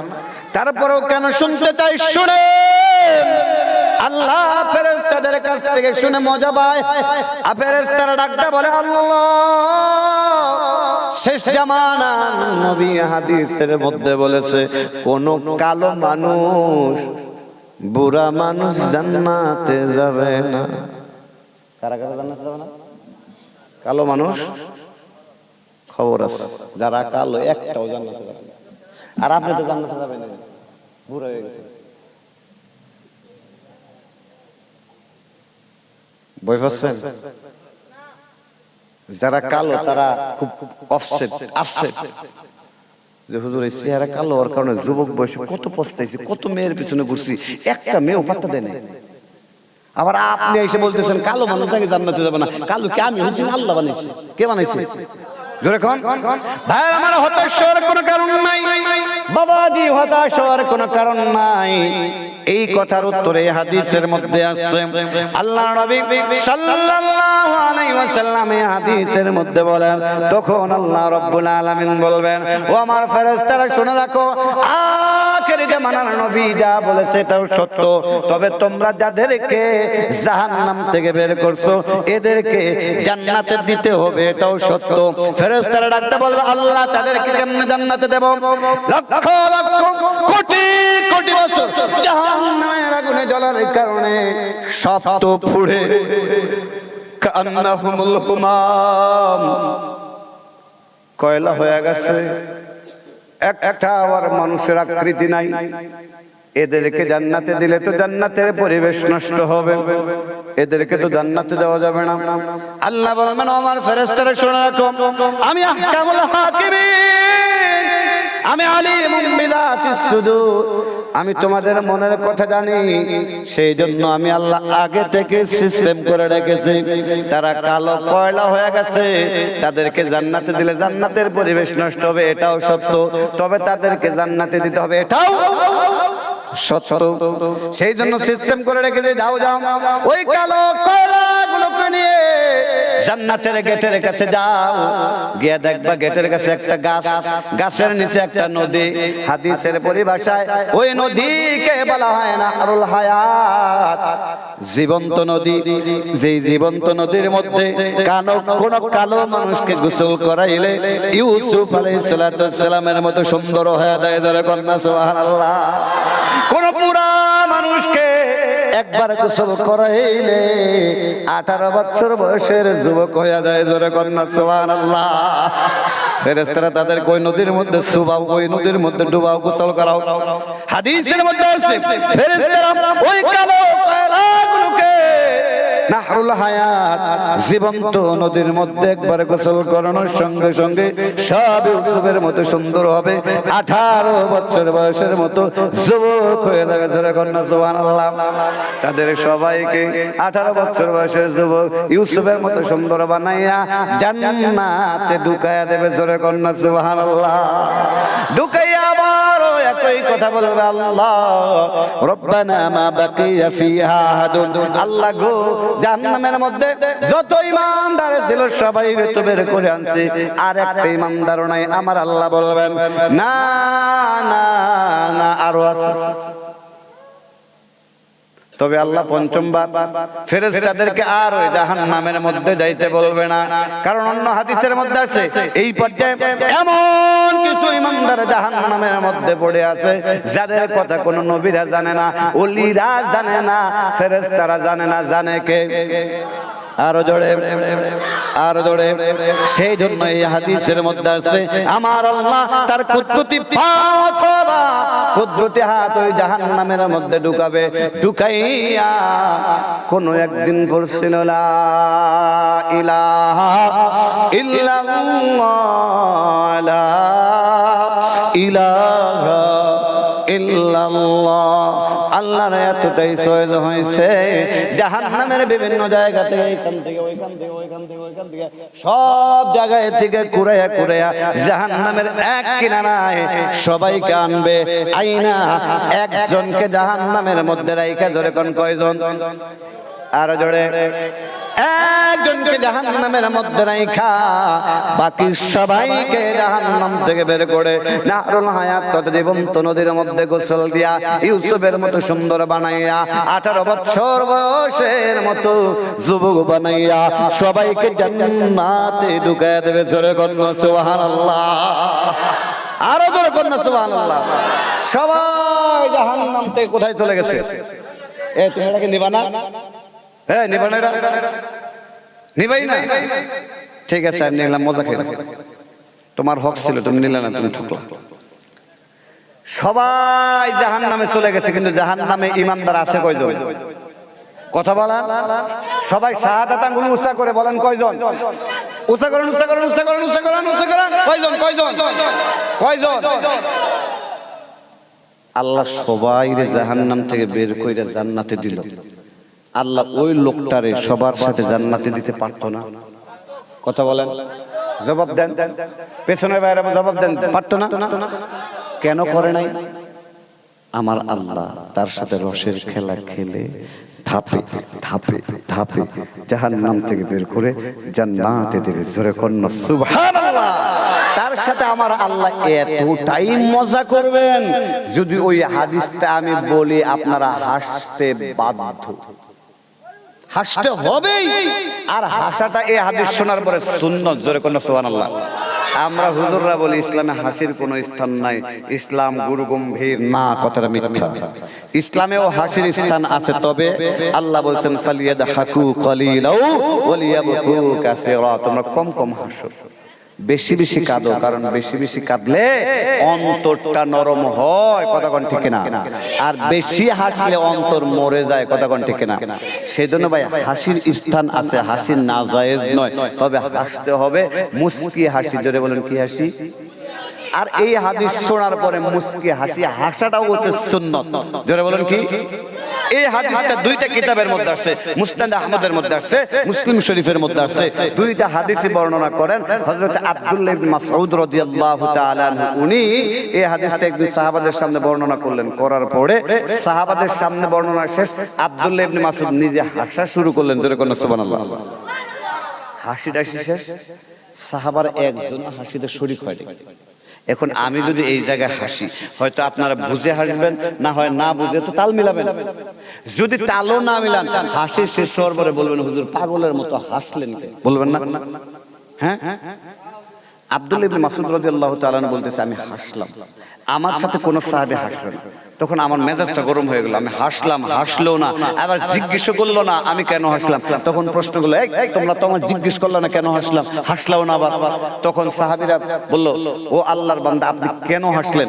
তখন উনি বলেছিলেন আমি এই জন্য হেসেছি, আমি যখন আল্লাহর নবীর কাছ থেকে হাদিসটা শুনেছি আমি লক্ষ্য করেছি আল্লাহর নবী নিজেও হেসেছেন। জোরে কন্যা সুবহানাল্লাহ।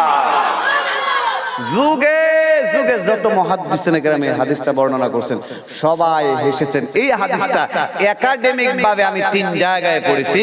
আমি রাজশাহী বিশ্ববিদ্যালয়ে অনার্স মাস্টার্স যখন করছি, মাস্টার্সে মুসলিম শরীফ ছিল, আমি লক্ষ্য করছি আমাদের স্যার যখন পড়েছে বিশ্ববিদ্যালয়তে বুঝে নিত ছেলে আর মেয়ে এক জায়গায়, ছেলে আর মেয়ে এক জায়গায় থাকলে রক্ত একটু গরম হয় না, হাসিতে পুরো মনে হয় বিল্ডিং ভাঙবে।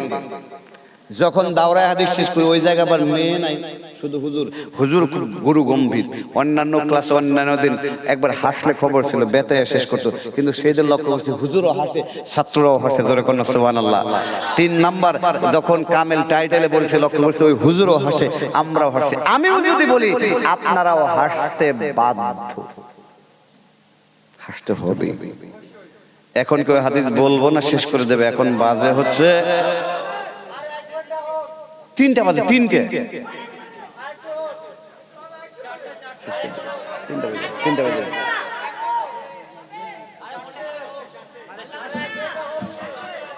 শুনবেন, শুনবেন, ধৈর্য আছে? কার কার আছে একটু হাত তুলেন তো। নারা দেন, নারা দেন, লিল্লাহে তাকবীর, লিল্লাহে তাকবীর, জোরে জোরে লিল্লাহে তাকবীর। ঘুম আসে না গেছে? আসে না গেছে? তাহলে থাকবেন না ভাগবেন? মোনাজাত করে যাবেন তো? আপনারা কি ফুটবল খেলা দেখছেন? দেখেন, মনে করেন 90 মিনিট খেলা, 90 মিনিটে গোল হয়নি, তারপরে কি বাড়ায় দেয় না, সময় বাড়ায় দেয় না? ও সময় এক্সট্রা টাইম বাড়ায় দেয়। এক্সট্রা টাইমের মধ্যে যদি কোনো দল গোল দিতে পারে তখন ওই দলের কাজ কি হয়? একটু চা দিয়েন তো। ওই দলের কাজ কি হয়? হ্যাঁ বল। তার মানে আজকে আমার আলোচনা আপনার সবাই বুঝতেছেন, আলহামদুলিল্লাহ। কি করে বল? বাইরে পাস করে কি করে? সময় নষ্ট করে। ভাই আমার টার্গেট ছিল 3টা, আমার তো টার্গেট ছিল 2টা 48, কিন্তু 3টা বেজে গেছে। মাহফিল কমিটির টার্গেট ছিল 3টা, কিন্তু একটু দিতে দেরি করছে। এখন আমি কিন্তু আমার নির্দিষ্ট সময় শেষ করছি, মানে 90 মিনিট শেষ করছি। এখন একটা লোক উঠবেন, সাথে সাথে মোনাজাত করে দেবেন, কারণ আমি আমার নির্দিষ্ট সময় শেষ করে বলেছি। থাকবেন তো? চলবে? ভাগবেন না তো? আমার শর্ত কি একজন লোক উঠবে, সাথে সাথে মোনাজাত। এখন সেই জন্য দায়িত্ব আপনাদের, কেউ যাতে না উঠতে পারে, উঠলে টান ধরে বসাই দেবেন, পারবেন তো? ওই যে দেখেন একজন উঠতেছে, হ্যাঁ বসো। ভাই প্রস্রাব আসলে এই জায়গায় করো, সমস্যা নাই। এখন শুনবেন তো, ধৈর্য সহকারে বসতে হবে 15 মিনিট, কষ্ট হবে না তো? আল্লাহ আমাদেরকে কবুল করুন, জোরে কোন আমিন, জোরে বলুন আমিন। হাদিসটা আসছে মনোযোগের সহিত, তবে উচ্চ আওয়াজে হাসা যাবে না। উচ্চ আওয়াজে হাসলে হবে গুনাহ, আর মুস্কি হাসি যদি দেন একটা সব হবে সুন্নত আদায়, শুধু সুন্নত না, একটা সাদাকা করার সমান সব হবে, জোরে কোন সুবহানাল্লাহ। কেউ যদি সদাকা করে, এখন কি মুরগি দিয়ে সদাকা হয়? এখন আপডেট হয়েছে না সব। এটা ছাগলের নিচে তো কোনো মানুষ সদকাই করে না। এখন আপনাদের এলাকায় যদি একটা ছাগলের বাচ্চা কিনতে যায়, কয় হাজার টাকা লাগে? কয় হাজার? কম পক্ষে দেন দেন, কয় হাজার? 4000। একবার হাসি দেবেন 4000 টাকা সব। কয় হাজার? কারণ হাদিসের মধ্যে আছে একটা মুস্কি হাসি দিলে সদাকা করার সমান সব, জোরে কোন সুবহানাল্লাহ। তবে উচ্চ আওয়াজে হাসা। মুসনাদে আহমদের মধ্যে আসছে, একটু কান খাড়া করে শুনেন, এইদিকে। মুসনাদে আহমদের মধ্যে আসছে, আল্লাহ রাব্বুল আলামিন ওই যে জাহান্নামের মধ্যে পড়ে আছে, তার কাছে যাবে, গিয়ে বলে, এই তোর কি মন চায়? বলবে, আল্লাহ সবাই চলে গেছে, তুমি যদি আমাকে একটু মুক্তি দিয়ে জান্নাতে দিতে তাহলে ভালো হতো। তখন আল্লাহ বলবেন, বান্দা আমি তোরে মুক্তি দেব, ঠিক আছে। নির্দিষ্ট সময় পরে আল্লাহ, কান খাড়া করে, কান খাড়া করে শোনেন, আল্লাহ রাব্বুল আলামিন ওই ব্যক্তিকে জাহান্নাম থেকে বের করে জাহান্নামের কিনারায় দাঁড় করায় দেবেন, জোরে কোন সুবহানাল্লাহ। দাঁড় করানোর পরে দেখবে বিশাল বড় একটা খোলা মাঠ দেখা যায়। কি মাঠ? কথা বলেন, কি মাঠ? খোলা মাঠ। খোলা মাঠের ওই সাইডে বিশাল বড় একটা বাগান বাড়ি, বাগান বাড়ির গেট জল জল করতেছে, জোরে কোন সুবহানাল্লাহ। তাহলে মুসনাদে আহমদের হাদিসের মধ্যে আসছে, জাহান্নামের কিনারায় দাঁড় করানোর পরে কয়টা জিনিস দেখলো? একটু মনোযোগের সহিত কয়টা? ভাই আগেই বলছি, আলোচনা মুখস্থ করে বাইরে দিতে আমি গতানুগতিক আলোচকদের মতো আলোচক নই। খোলা মাঠ দেখলো। কি মাঠ? খোলা মাঠ। খোলা মাঠের ওই সাইডে কি দেখা যায়? বাগান বাড়ি। বাগান বাড়ি কি দেখা যায়? গেট জল জল করতেছে। এতটুকুন রাখেন, বুঝতে না। এইবার আসেন মুসলিম শরীফের হাদিস। এখন আমার তো সমস্যা হচ্ছে, মুসলিম শরীফের হাদিসের মধ্যে আসছে ওই যে সর্বশেষ জাহান্নামী জাহান্নামের মধ্যে পড়ে আছে, নির্দিষ্ট একটা সময় থাকার পরে আল্লাহ রাব্বুল আলামিন ডাক দিয়ে বলল, আল্লাহ আমার সাথী সঙ্গী সবাই বের হয়ে চলে গেছে, আল্লাহ তুমি যদি আমাকে একটু মুক্তি দিতা তাহলে ভালো হতো। আল্লাহ রাব্বুল আলামিন বলবে, বান্দা আমি তোর মুক্তি দেব, তবে আমার ওয়াদা দিতে হবে, তোরে যদি জাহান্নাম থেকে বের করে, বের করার পরে অন্য নতুন কোনো কিছু চাবি না তো। বান্দা ডাক দিয়ে বলবে, ইয়া রাব লা আসআলুকা গায়রাহু, কথা দিলাম আল্লাহ তুমি আমার শুধু দয়া করে জাহান্নাম থেকে বের করে, কিচ্ছুই চাবো না। আল্লাহ বললেন, ওয়াদা? বান্দা বলবেন, ওয়াদা? আল্লাহ বললেন, পাক্কা ওয়াদা? বান্দা বললেন, আল্লাহ পাক্কা ওয়াদা দিলাম, শুধু বের করো, কিচ্ছুই চাবো না। আল্লাহ রাব্বুল আলামিন বান্দাকে জাহান্নাম থেকে বের করে জাহান্নামের কিনারায় দাঁড় করায় দেবেন, জোরে কোন সুবহানাল্লাহ। হাদিসের মধ্যে আছে, মুসলিম শরীফের হাদিস, কান খাড়া করে শুনেন, বান্দা জাহান্নামের কিনারায় দাঁড় করানো দেওয়ার সঙ্গে সঙ্গে সিজদায় পড়ে যাবে, জোরে কন্না সুবহানাল্লাহ। সিজদায় পড়ে আল্লাহ তাআলা শুকরিয়া আদায় করবে। কি শব্দ দিয়ে শুকরিয়া আদায় করবে সেটাও মুসলিম শরীফের হাদিসের মধ্যে আছে। উনি বলবেন, তাবারাকাল্লাযী নাজ্জানি মিনকি লাকাদ আ'তানি আল্লাহু শাইআ মা আ'তাহু আহাদান মিনাল আউওয়ালিন ওয়াল আখিরিন। আল্লাহু আকবার। বান্দা সিজদায় পড়ে আল্লাহ তাআলার শুকরিয়া আদায় করে বলবেন, তাবারাকাল্লাযী, বরকতময় ওই সত্তা তুমি যিনি একটু আগে আমাকে জাহান্নাম থেকে মুক্তি দিয়েছে, এমন মুক্তি দেওয়ার পরে এমন নিয়ামত আমাকে আমার আল্লাহ দিয়েছে, লাকাদ আ'তানি আল্লাহু শাইআ মা আ'তাহু আহাদান মিনাল আউয়ালিনা ওয়াল আখিরিন, এমন নিয়ামত দিয়েছে যে নিয়ামত পৃথিবীর সূচনা লগ্ন থেকে অদ্যাবধি পর্যন্ত দুনিয়ার আর কাউকে দেয় নাই। জোরে কন্যা সুবহানাল্লাহ। আচ্ছা বলেন তো, তারে জাহান্নাম থেকে বের করার পরে আসলেই কি কিছু দিছে? কিছু দিছে? কিছুই দেয় নাই, শুধু জাহান্নাম থেকে বের করছে। আল্লাহ রাব্বুল আলামিনের নীতি হচ্ছে লা ইন শাকারতুম লাযীদান্নাকুম। আল্লাহ বলেন, কোন বান্দা যদি আমার নিয়ামতের শুকরিয়া আদায় করে আমি আল্লাহ তার নিয়ামতটা বাড়ায়া দেই। জোরে কন্না সুবহানাল্লাহ। তারা তো কিছুই দেয় না ভাই, কথা কোয়া যাবে না তো। পর্দার আড়ালের মা এবং বোনদের হাতে পায়ে ধরছে, আপনাদের আওয়াজটা আমার কানে আসছে। পর্দার আড়ালের মা এবং বোনদেরকে বলছি, আওয়াজটা একটু নিচু করেন, নিচু করেন। আগে আমি আপনাদের সাথে একটা হাদিস বলি, তারপরে আমি এই হাদিসটা বলবো। পর্দার আড়ালের মা এবং বোনেরা কান খাড়া করে শোনেন। হযরতে আব্দুল্লাহ ইবনে আব্বাস রাদিয়াল্লাহু তাআলা আনহু হতে বর্ণিত, ওনার কাছে এক আরব বেদুইন আসলেন। আসার পরে বললেন, ও রাসূলুল্লাহ সাহাবী, আমাদের গ্রামে একজন মহিলা আছে। কি আছে? মহিলা আছে, 5 ওয়াক্ত নামাজ পড়ে, তাহাজ্জুদ পড়ে, ধনী মানুষ, দান খয়রাত করে, কিন্তু তার স্বভাব হচ্ছে উচ্চ আওয়াজে কথা বলে, তার আওয়াজটা রাস্তার মানুষ শুনতে পারে। ও আব্দুল্লাহ ইবনে আব্বাস রাদিয়াল্লাহু তাআলা আনহু, আপনি একটু বলুন তো এই মহিলার সম্পর্কে আপনার অভিমত কি? আব্দুল্লাহ ইবনে আব্বাস রাদিয়াল্লাহু তাআলা আনহু বললেন, এই মহিলা বিনা হিসেবে জাহান্নামী। জোরে কন্না নাউজুবিল্লাহ। ওই ব্যক্তি আবার বললেন, ও আব্দুল্লাহ ইবনে আব্বাস রাদিয়াল্লাহু তাআলা আনহু, আমাদের গ্রামে আরো একজন মহিলা আছে। মা এবং বোনেরা কান খাড়া করে শুনেন। আরো একজন মহিলা আছে, গরিব মানুষ, মানুষের বাড়িতে কাজ করে খায়, 5 ওয়াক্ত নামাজ আদায় করে, ঠিক, যেহেতু মানুষের বাড়িতে কাজ করে তেমন নফল ইবাদত বন্দেগী করতে পারে না, তবে সুযোগ পাইলে মাঝে মাঝে করে। কিন্তু এই মহিলার বৈশিষ্ট্য হচ্ছে খুব আস্তে আস্তে কথা বলে, রাস্তার মানুষ, বেগানা পুরুষরা শুনতে পারে না। ও আব্দুল্লাহ ইবনে আব্বাস রাদিয়াল্লাহু তাআলা, এই মহিলার সম্পর্কে আপনার অভিমত কি?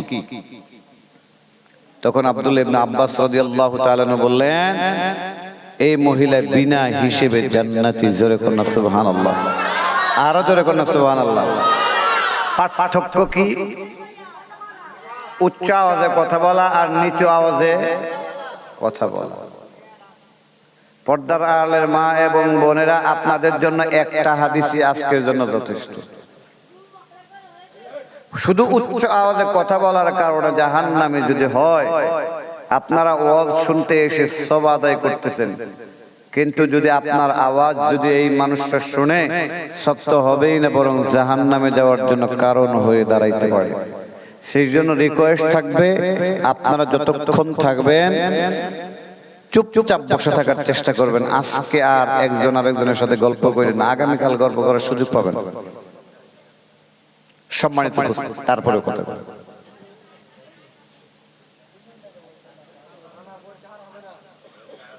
সম্মানিত উপস্থিতি,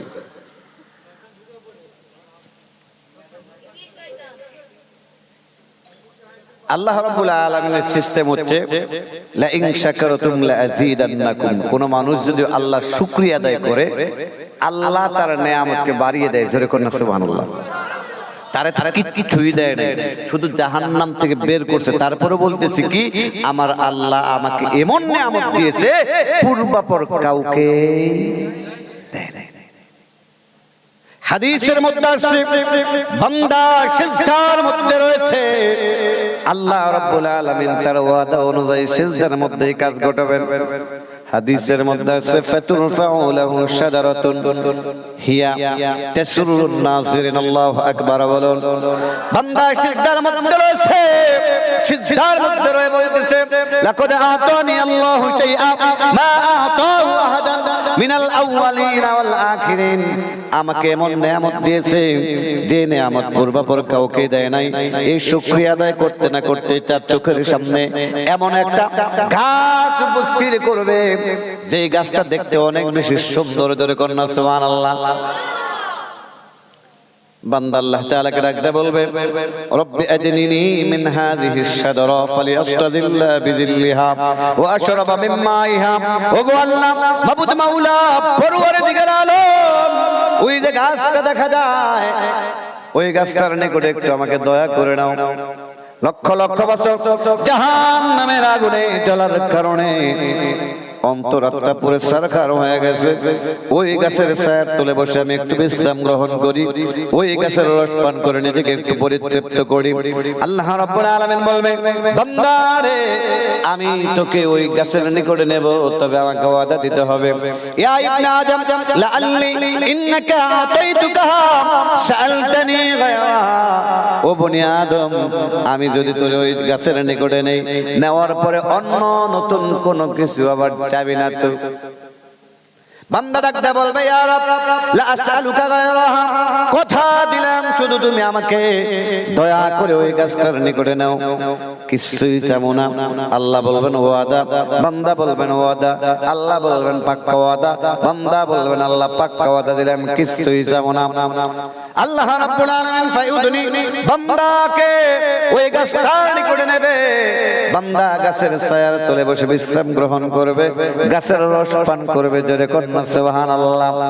রস পান করতে না করতে ফাতুরফাউ লাহু শাজারাতুন হিয়া আহসানু মিনাল উলা। আল্লাহু আকবার। হাদিসের মধ্যে আছে, বান্দা ওই গাছের রস পান করতে না করতেই তার চোখের সামনে দ্বিতীয় আরো একটা গাছ উপস্থিত করা হবে, যেই গাছটা প্রথম গাছের চাইতে অনেক বেশি সুন্দর। ধরে কন্যা সুবহানাল্লাহ। আচ্ছা বলেন তো, এখন বান্দার কি মনে চাবে? হ্যাঁ, ওই গাছের নিকটে যাই, কিন্তু একটু আগে ওয়াদা দিয়েছিল কি? কিছুই বলতে পারবে না, বলার সাহস নাই, কারণ একটু আগে ওয়াদা দিয়েছে। হাদিসের মধ্যে আছে, আমার আল্লাহ বান্দার হৃদয়ে ওই গাছটার মহব্বত এত বেশি বাড়ায়া দেবে, এক পর্যায়ে শরম লজ্জার মাথাকে বলেই ফেলবে, রব্বি আদনিনি মিন হাযিহিশ শাজারা ফালিয়াস্তাযিল্লা বিযিল্লিহা ওয়া আশরাবা মিন মাইহা। ওগো আল্লাহ, ওই যে গাছটা দেখা যায় সুন্দর গাছ, ওই গাছটার নিকটে আমারে নাও। আল্লাহ রাব্বুল আলামিন ডাকতে বলবে, ইয়া ইবনে আদম আলাম তুআহিদনি আল্লা তাসআলানি গায়রাহা। ও বনি আদম, একটু আগেই না তুই আমার ওয়াদা দিলি, এত তাড়াতাড়ি ওয়াদা ভুলে গেলি? বান্দা ডাকতে বলবে, আল্লাহ তুমি না আমার মাবুদ, আমি তোমার বান্দা, তোমার কাছে চাইবো না তো কার কাছে যাবো? জোরে কর না সুবহানাল্লাহ। আল্লাহর আর কোন কথা থাকবে? হ্যাঁ, তুমি আমার মাবুদ, আমি তোমার বান্দা, আমি তোমার কাছে সামনে কার কাছে? আল্লাহ রাব্বুল আলামিন ডাকতে বলবে, বান্দা তুই তো মূল জায়গায় হাত দিয়েছো, আমি তোরে ওই গাছটার নিকটে নেব, তবে আমাকে আবার ওয়াদা দিতে হবে। ইয়া ইবনে আদম লাআল্লি ইন্নাকা আতাইতুকা সাআলতানি গায়রাহা, আমি যদি তোরে ওই দ্বিতীয় গাছের নিকটে নেই, নেওয়ার পরে আবার অন্য কোনো কিছু চাবি না তো? বান্দা ডাকতে বলবে, ইয়া রাব লা আসআলুকা গায়রাহা, কথা দিলাম আল্লাহ তুমি শুধু আমাকে ওই দ্বিতীয় গাছের নিকটে নেওয়ার কিচ্ছুই চাবো না। আল্লাহ বলেন ওয়াদা, বান্দা বলবেন ওয়াদা, আল্লাহ বলেন পাক্কা ওয়াদা। বান্দা বলবেন আল্লাহ পাক্কা ওয়াদা, কিচ্ছুই চাবো না। হাদিসের মধ্যে আছে, ফায়ুদনি, আল্লাহ রাব্বুল আলামিন বান্দারে ওই দ্বিতীয় গাছের নিকটে নেবে। দ্বিতীয় গাছের নিকটে যাওয়ার পরে বান্দা দ্বিতীয় গাছের ছায়ার তলে বসবে, বসার পরে দ্বিতীয় গাছের রস পান করবে। রস পান করে দেখবে প্রথম গাছের রসের তুলনায় দ্বিতীয় গাছের রস অনেক বেশি সুমিষ্ট। জোরে কন্যা সুবহানাল্লাহ। হাদিসের মধ্যে আছে, বান্দা দ্বিতীয় গাছের রস পান করতে না করতে ফাতুরফাউ লাহু শাজারাতুন ইনদা বাবিল জান্নাহ হিয়া আহসানু মিনাল উলায়াইন। আল্লাহু আকবার। দ্বিতীয় গাছের রস পান করতে না করতে তার চোখের সামনে তৃতীয় আরো একটা গাছ উপস্থিত করা হবে, যে গাছটা দেখতে প্রথম গাছ দ্বিতীয় গাছের তুলনায় অনেক বেশি সুন্দর। জোরে কন্যা সুবহানাল্লাহ।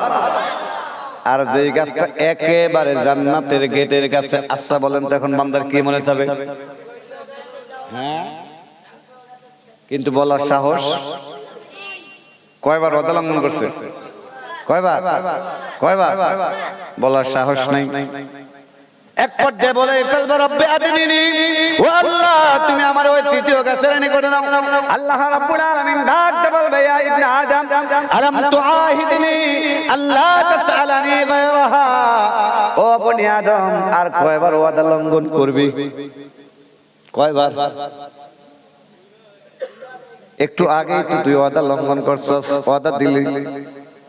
বান্দা ডাকতে বলবে আল্লাহ তুমি তো দয়ালু, তুমি তো দাতা, আমি গ্রহীতা, তোমার কাছে যাব না কার কাছে? আল্লাহু আকবার। আল্লাহ রাব্বুল আলামিন আর কথা নাই। আল্লাহ রাব্বুল আলামিন ডাকতে বলে বান্দা আমি তোরে তৃতীয় গাছের নিকটে যাব, তবে আমাকে আবার ওয়াদা দিতে হবে। ইয়া ইবনে আদম লাআল্লি ইন্নাকা আতাইতুকা সাআলতানি গায়রাহা, যদি তৃতীয় গাছের নিকটে তোরে নেই আর অন্য নতুন কোনো কিছু চাওয়া যাবে না। বান্দা ডাকতে বলবে ইয়া রাব্বুল আসআলুকা গায়রাহা, কথা দিলাম কিছুই চাবো না। আল্লাহ বলেন ওয়াদা, বান্দা বলেন ওয়াদা। আল্লাহ বলেন পাক্কা ওয়াদা, বান্দা বলেন আল্লাহ পাক্কা ওয়াদা। আল্লাহ বলেন তুই তো বারবার খালি পাক্কা ওয়াদা দিস, কয়বার ভঙ্গ করছ? হাদিসের মধ্যে আসছে আল্লাহ রাব্বুল আলামিন বান্দারে ফায়ুদনি তৃতীয় গাছের নিকটে নেবে। বান্দা তৃতীয় গাছের ছায়ার তলে বসবে। তৃতীয় গাছের রস পান করার পরে দেখবে প্রথম গাছের রস দ্বিতীয় গাছের রসের তুলনায় আরো বেশি সুমিষ্ট। জোরে কন্যা সুবহানাল্লাহ। হাদিসের মধ্যে আসছে বান্দা তৃতীয় গাছের রস পান করতে না করতে ফায়াসমাউ আসওয়াত আহলিল জান্নাহ, আল্লাহু আকবার। তৃতীয় গাছের রস পান করতে না করতেই তার কানের মধ্যে জান্নাতের আওয়াজ আসবে, জান্নাতের হুর আর গেলমানদের নাচানাচির আওয়াজ। জোরে কন্যা সুবহানাল্লাহ। এখন বান্দার কি মনে চাবে? হ্যাঁ, ভেতরে কিন্তু বলার সাহস, মনে মনে বলবে রব্বি আদখিলনি, হা ও আল্লাহ যদি ঢুকতে পারতাম। হাদিসের মধ্যে আছে বান্দা মনে মনে বলবে, মনে মনে বলতে না বলতেই জান্নাতের গেটটা ওপেন হয়ে যাবে, খুলে যাবে। জোরে কন্যা সুবহানাল্লাহ। একটু আগে সেই জান্নাত থেকে ওই হুর আর গেলমানদের নাচানাচির আওয়াজ কানের মধ্যে আসছিল, একটু পরে সচক্ষে ওই হুর আর গেলমানদেরকে দেখতেছে। আচ্ছা বলেন তো দেখার পরে বান্দার কি মনে চাবে? হ্যাঁ, যাইতে মনে যাবে, কিন্তু বলা সাহস নাই। এক পর্যায়ে আল্লাহ তাআলা ডাকতে বলে আল্লাহ এত সুন্দর জান্নাত, তুমি যদি আমারে শুধু একবার অনুমতি দাও, এক দরে যাব আর এক দরে ফিরে আসবো। আল্লাহ বলবে বান্দা ওয়াদা ঠিক থাকবে তো? বান্দা ডাকতে বলবে আল্লাহ ইয়া রাব্বুল আসআলুকা গায়রাহা, কথা দিলাম ওয়াদা ঠিক থাকবে, ওয়াদা কখনোই ভঙ্গ হবে না। আল্লাহ বলবেন ঠিক আছে বান্দা যা, একদরে যাবি, একদরে আসবি। হাদিসের মধ্যে আসছে বান্দা আল্লাহ তাআলার কাছে মৌখিক অনুমতি পাওয়ার সঙ্গে সঙ্গে এমন দৌড় আল্লাহু আকবার, দৌড়াচ্ছে। হাদিসের মধ্যে আছে আল্লাহ ডাকতে বলবেন ও বান্দা থাম।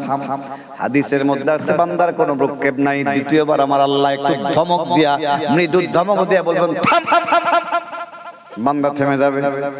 আল্লাহ রাব্বুল আলামিন ডাকতে বলে বান্দা ওয়াদা কি ছিল? এক দরে আরেক দরে, তাহলে এত দৌড়াস কেন? হাদিসের মধ্যে আছে তখন বান্দা একেবারে 180 ডিগ্রি অ্যাঙ্গেলে পোল্টি মারবে।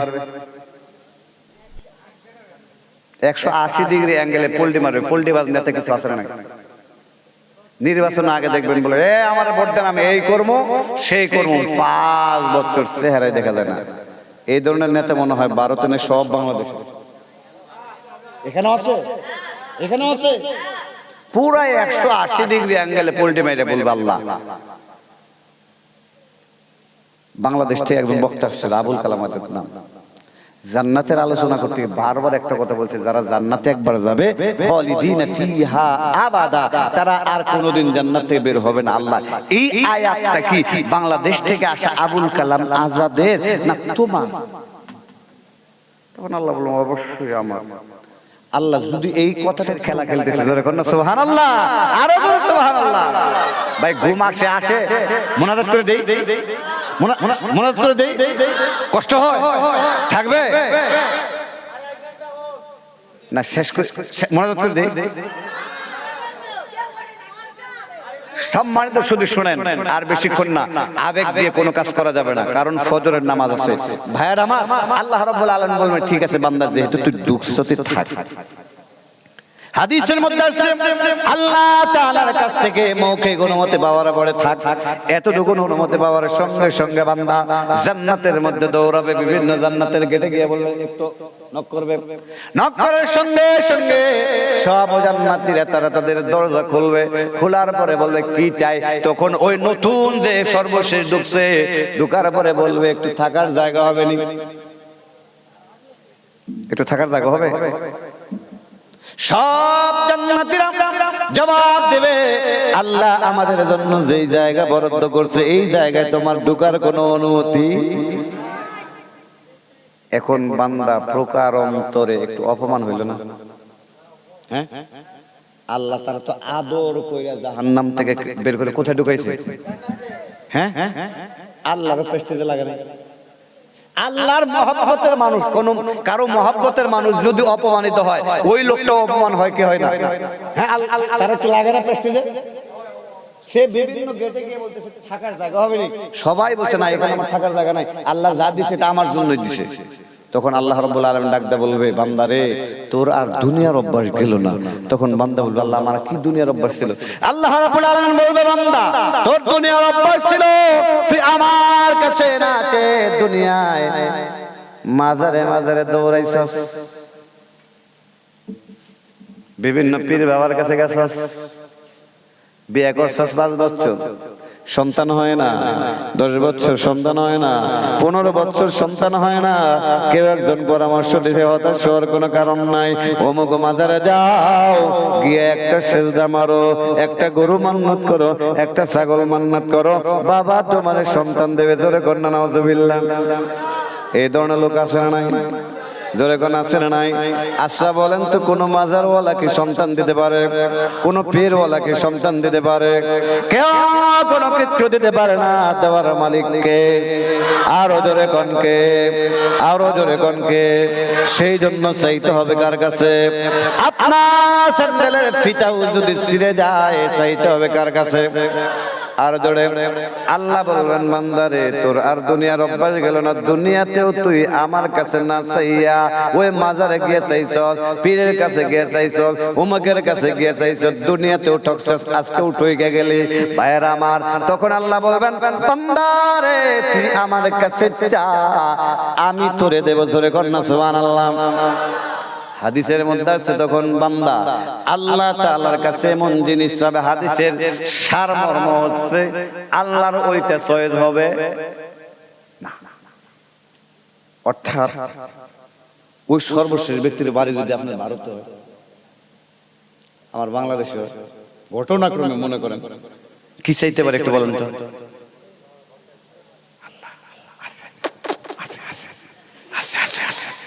আল্লাহ দুনিয়া খাইছে প্রচুর প্রচুর, আল্লাহ অনেক খাইছে, বিড়ি সিগারেট খাইছে, আল্লাহ মরার পরে সন্তানরা আমার কবরের মধ্যে দেয় নাই, কবরে জগৎ শেষ হয়ে গেছে, আল্লাহ জাহান্নামে দীর্ঘদিন ছিলাম, আল্লাহ আগুন ছিল কিন্তু বিড়ি ছিল না, আল্লাহ আছে আছে আছে। আর যদি ঘটনাক্রমে ওই লোকটা মহিলা হয় কি চাইতে পারে? আল্লাহ ফুসকা আছে, ফুসকা ফুসকা ফুসকা যদি আল্লাহ দেয় তাহলে তেঁতুলের রসটা একটু বাড়ায়া দিও। আর যদি এই যুগের ছেলে পেলে হয়, ও আল্লাহ অ্যান্ড্রয়েড সেট আছে, সেট একটু দাও, ফ্রি ফায়ার খেলি, ফ্রি ফায়ার খেলি। কথা কোন ঠিক না? অর্থাৎ আমি হাসির কথা বলতেছি না, আমি তো আগেই বলছি এই হাদিসটা শুনলে হাসি আসবে, আসাটা স্বাভাবিক। অর্থাৎ হাসি হাদিসের সারমর্ম হচ্ছে তা বান্দা আল্লাহ তাআলার কাছে এমন কিছু চাবে আল্লাহর চয়েস হবে না। অর্থাৎ এমন কিছু খাবার চাবে আল্লাহর চয়েস হবে না। তখন আল্লাহ ডাক দেবে, তোরে আমি এত আদর সওয়াব করে জান্নাতে নিয়েছি প্রসাদ খাওয়ানোর জন্য? বান্দাও সহজ সরল ভাবে এমন একটা জবাব দেবে, বান্দা ডাক দেবে বলবে আল্লাহ আমার আকলের মধ্যে, আমার ব্রেনের মধ্যে যেটা ছিল ওইটাই তো চাইছি। এখন মনে করেন একেবারে প্রত্যন্ত এলাকা, আধুনিকতার ছোঁয়া ওই জায়গায় পৌঁছে নাই, আধুনিকতার ছোঁয়া পৌঁছে নাই। একটা মিষ্টি জাতীয় খাবার আছে জর্দা, নাম কি? বিভিন্ন বড় বড় অনুষ্ঠান দেয় না জর্দা। এখন মনে করেন যে এলাকায় আধুনিকতার ছোঁয়া পৌঁছে নাই তাদের কাছে গিয়ে যদি ছোট্ট ছোট্ট বাচ্চাদের কাছে গিয়ে বলে কলকাতা শহরে গেছিলাম, কমিউনিটি সেন্টারে বুফে গেছিলাম, গিয়ে জর্দা খাইছি, তখন বলবে কোন জর্দা? ওই যে পান খায় ওই জর্দা? ভাই এই যে সে যে প্রশ্ন করলো পান খায় ওই জর্দা, এটা কিন্তু তার ব্যর্থতা না, তার কাছে আধুনিকতার ছোঁয়া পৌঁছে নাই বিদায় তো এই প্রশ্ন করছে। কতক্ষণ ঠিক না? হাদিসের ভারসাম্য এটা, সারমর্ম এটা, বান্দা সহজ সরল ভাবে বলবে আল্লাহ যেটা জেনেছে ওইটাই তো বলেছি। তখন আল্লাহ খুব আদর করে বলবে বান্দারে ঠিক আছে তাহলে কোনো সমস্যা নাই, ঠিক আছে আমি তোরে বলি, যেহেতু তোর জানা নাই আমি তোরে বলি তুই লিস্ট কর, তবে ফর্মালিটি মেইনটেইন করে তুই আবার আমার কাছে চা, আমি তোরে দেব। তোরে কন্যা সুবহানাল্লাহ। আল্লাহ বলে বান্দা তোরে আমি জান্নাতে নিয়ে আসি, দুনিয়ায় তোরে পাঠাইছিলাম, তোরে আমি আল্লাহ খাওয়াইছি। আচ্ছা বলেন তো দুনিয়ায় কে খাওয়ায়? আর জোরে, আরো জোরে। আল্লাহ খাওয়ায়, ঠিক রান্না করার প্রয়োজন হয় কি হয় না? পরিশ্রম করার প্রয়োজন হয় কি হয় না?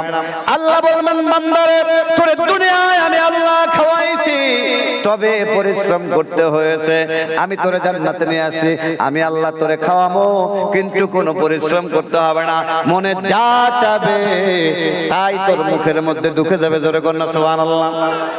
ওই যে আকাশ দিয়ে পাখি উড়ে যায়, ওইটা বলছিলাম না, আকাশ দিয়ে পাখি উড়ে যায়, ওইটা যদি তোর মনে চায় বোনা অথবা কারি ওইটাই ঢুকে যাবে। জোরে কন্যা সুবহানাল্লাহ। আচ্ছা বলেন তো কোন মানুষ যেটা মনে চায় ওইটাই যদি খাইতে পারে তাহলে ওই খাবারটা কি সর্বোচ্চ করে খাবার হইতে পারে? হ্যাঁ, ওইটা কি সর্বোচ্চ খাবার হইতে পারে? এটা কোনো সর্বোচ্চ খাবার হইতে পারে না। ভাত মাছ ডাল এটা সর্বোচ্চ কোনো খাবার না, কারণ এটা অ্যাজ ইউজুয়াল খাবার। কথা কোন ঠিক কিনা? তাহলে পাখির বুনা গোশত সর্বোচ্চ কোনো খাবার, তাহলে সর্বোচ্চ খাবার কোনটা আল্লাহ দেবে? সর্বোচ্চ কি দিয়ে মেহমানদারি করবে শোনার দরকার আছে না নাই? আছে না নাই? কষ্ট হয়, কষ্ট হয়। আল্লাহ বলবেন বান্দা তোর জান্নাতে নিয়ে আসি, খাবারের দায়িত্ব আমি আল্লাহ, তোর মনে যা চায় ওইটাই তোর মুখের মধ্যে ঢুকাইয়া দেব। জোরে কন্যা সুবহানাল্লাহ। 2 নম্বর খাবারের পরে পানির পিপাসা লাগে কি লাগে না? লাগে কি লাগে না? আল্লাহ বলবেন বান্দারে তোরে আমি দুনিয়ার পানি খাওয়াবো না, পানির মধ্যে আয়রন থাকে, আবার সিটির ওয়াসার পানির মধ্যে মাঝে মাঝে দুর্গন্ধ আছে না নাই? ওই দুর্গন্ধযুক্ত আয়রন যুক্ত পানি তোরে আমি খাওয়াবো না, এমন পানি খাওয়াবো ওয়াসাকাহুম রাব্বুহুম শারাবান তাহুরা, মিনারেল ওয়াটার খাওয়াবো। জোরে কন্যা সুবহানাল্লাহ। আল্লাহ বলবেন বান্দারে আমি তোরে খাবার দিলাম, পানি দিলাম, এখন তুই থাকবি কোথায়? তুই যদি ফ্লোরে থাকস আমার মান সম্মান থাকে না, তোরে আমি একটা খাট দিমু। জোরে কোন কি? এখন কোন কাঠের খাট? শাল কাটো না, মেহগনি কাটো না, আকাশ মনেও না। আল্লাহ বলেন ও মুকাল্লালান বিযযাহাবি ওয়াল ফিদ্দা, বান্দারে আমি তোরে এমন একটা খাট দেব, ওই খাটটা হবে স্বর্ণ এবং রৌপ্যের তৈরি। জোরে কন্যা সুবহানাল্লাহ। আল্লাহ বলেন বান্দা খাবার দিলাম, পানি দিলাম, খাট দিলাম, এখন ওই খাটের মধ্যে একা একা ঘুমাইলে মজা লাগবে।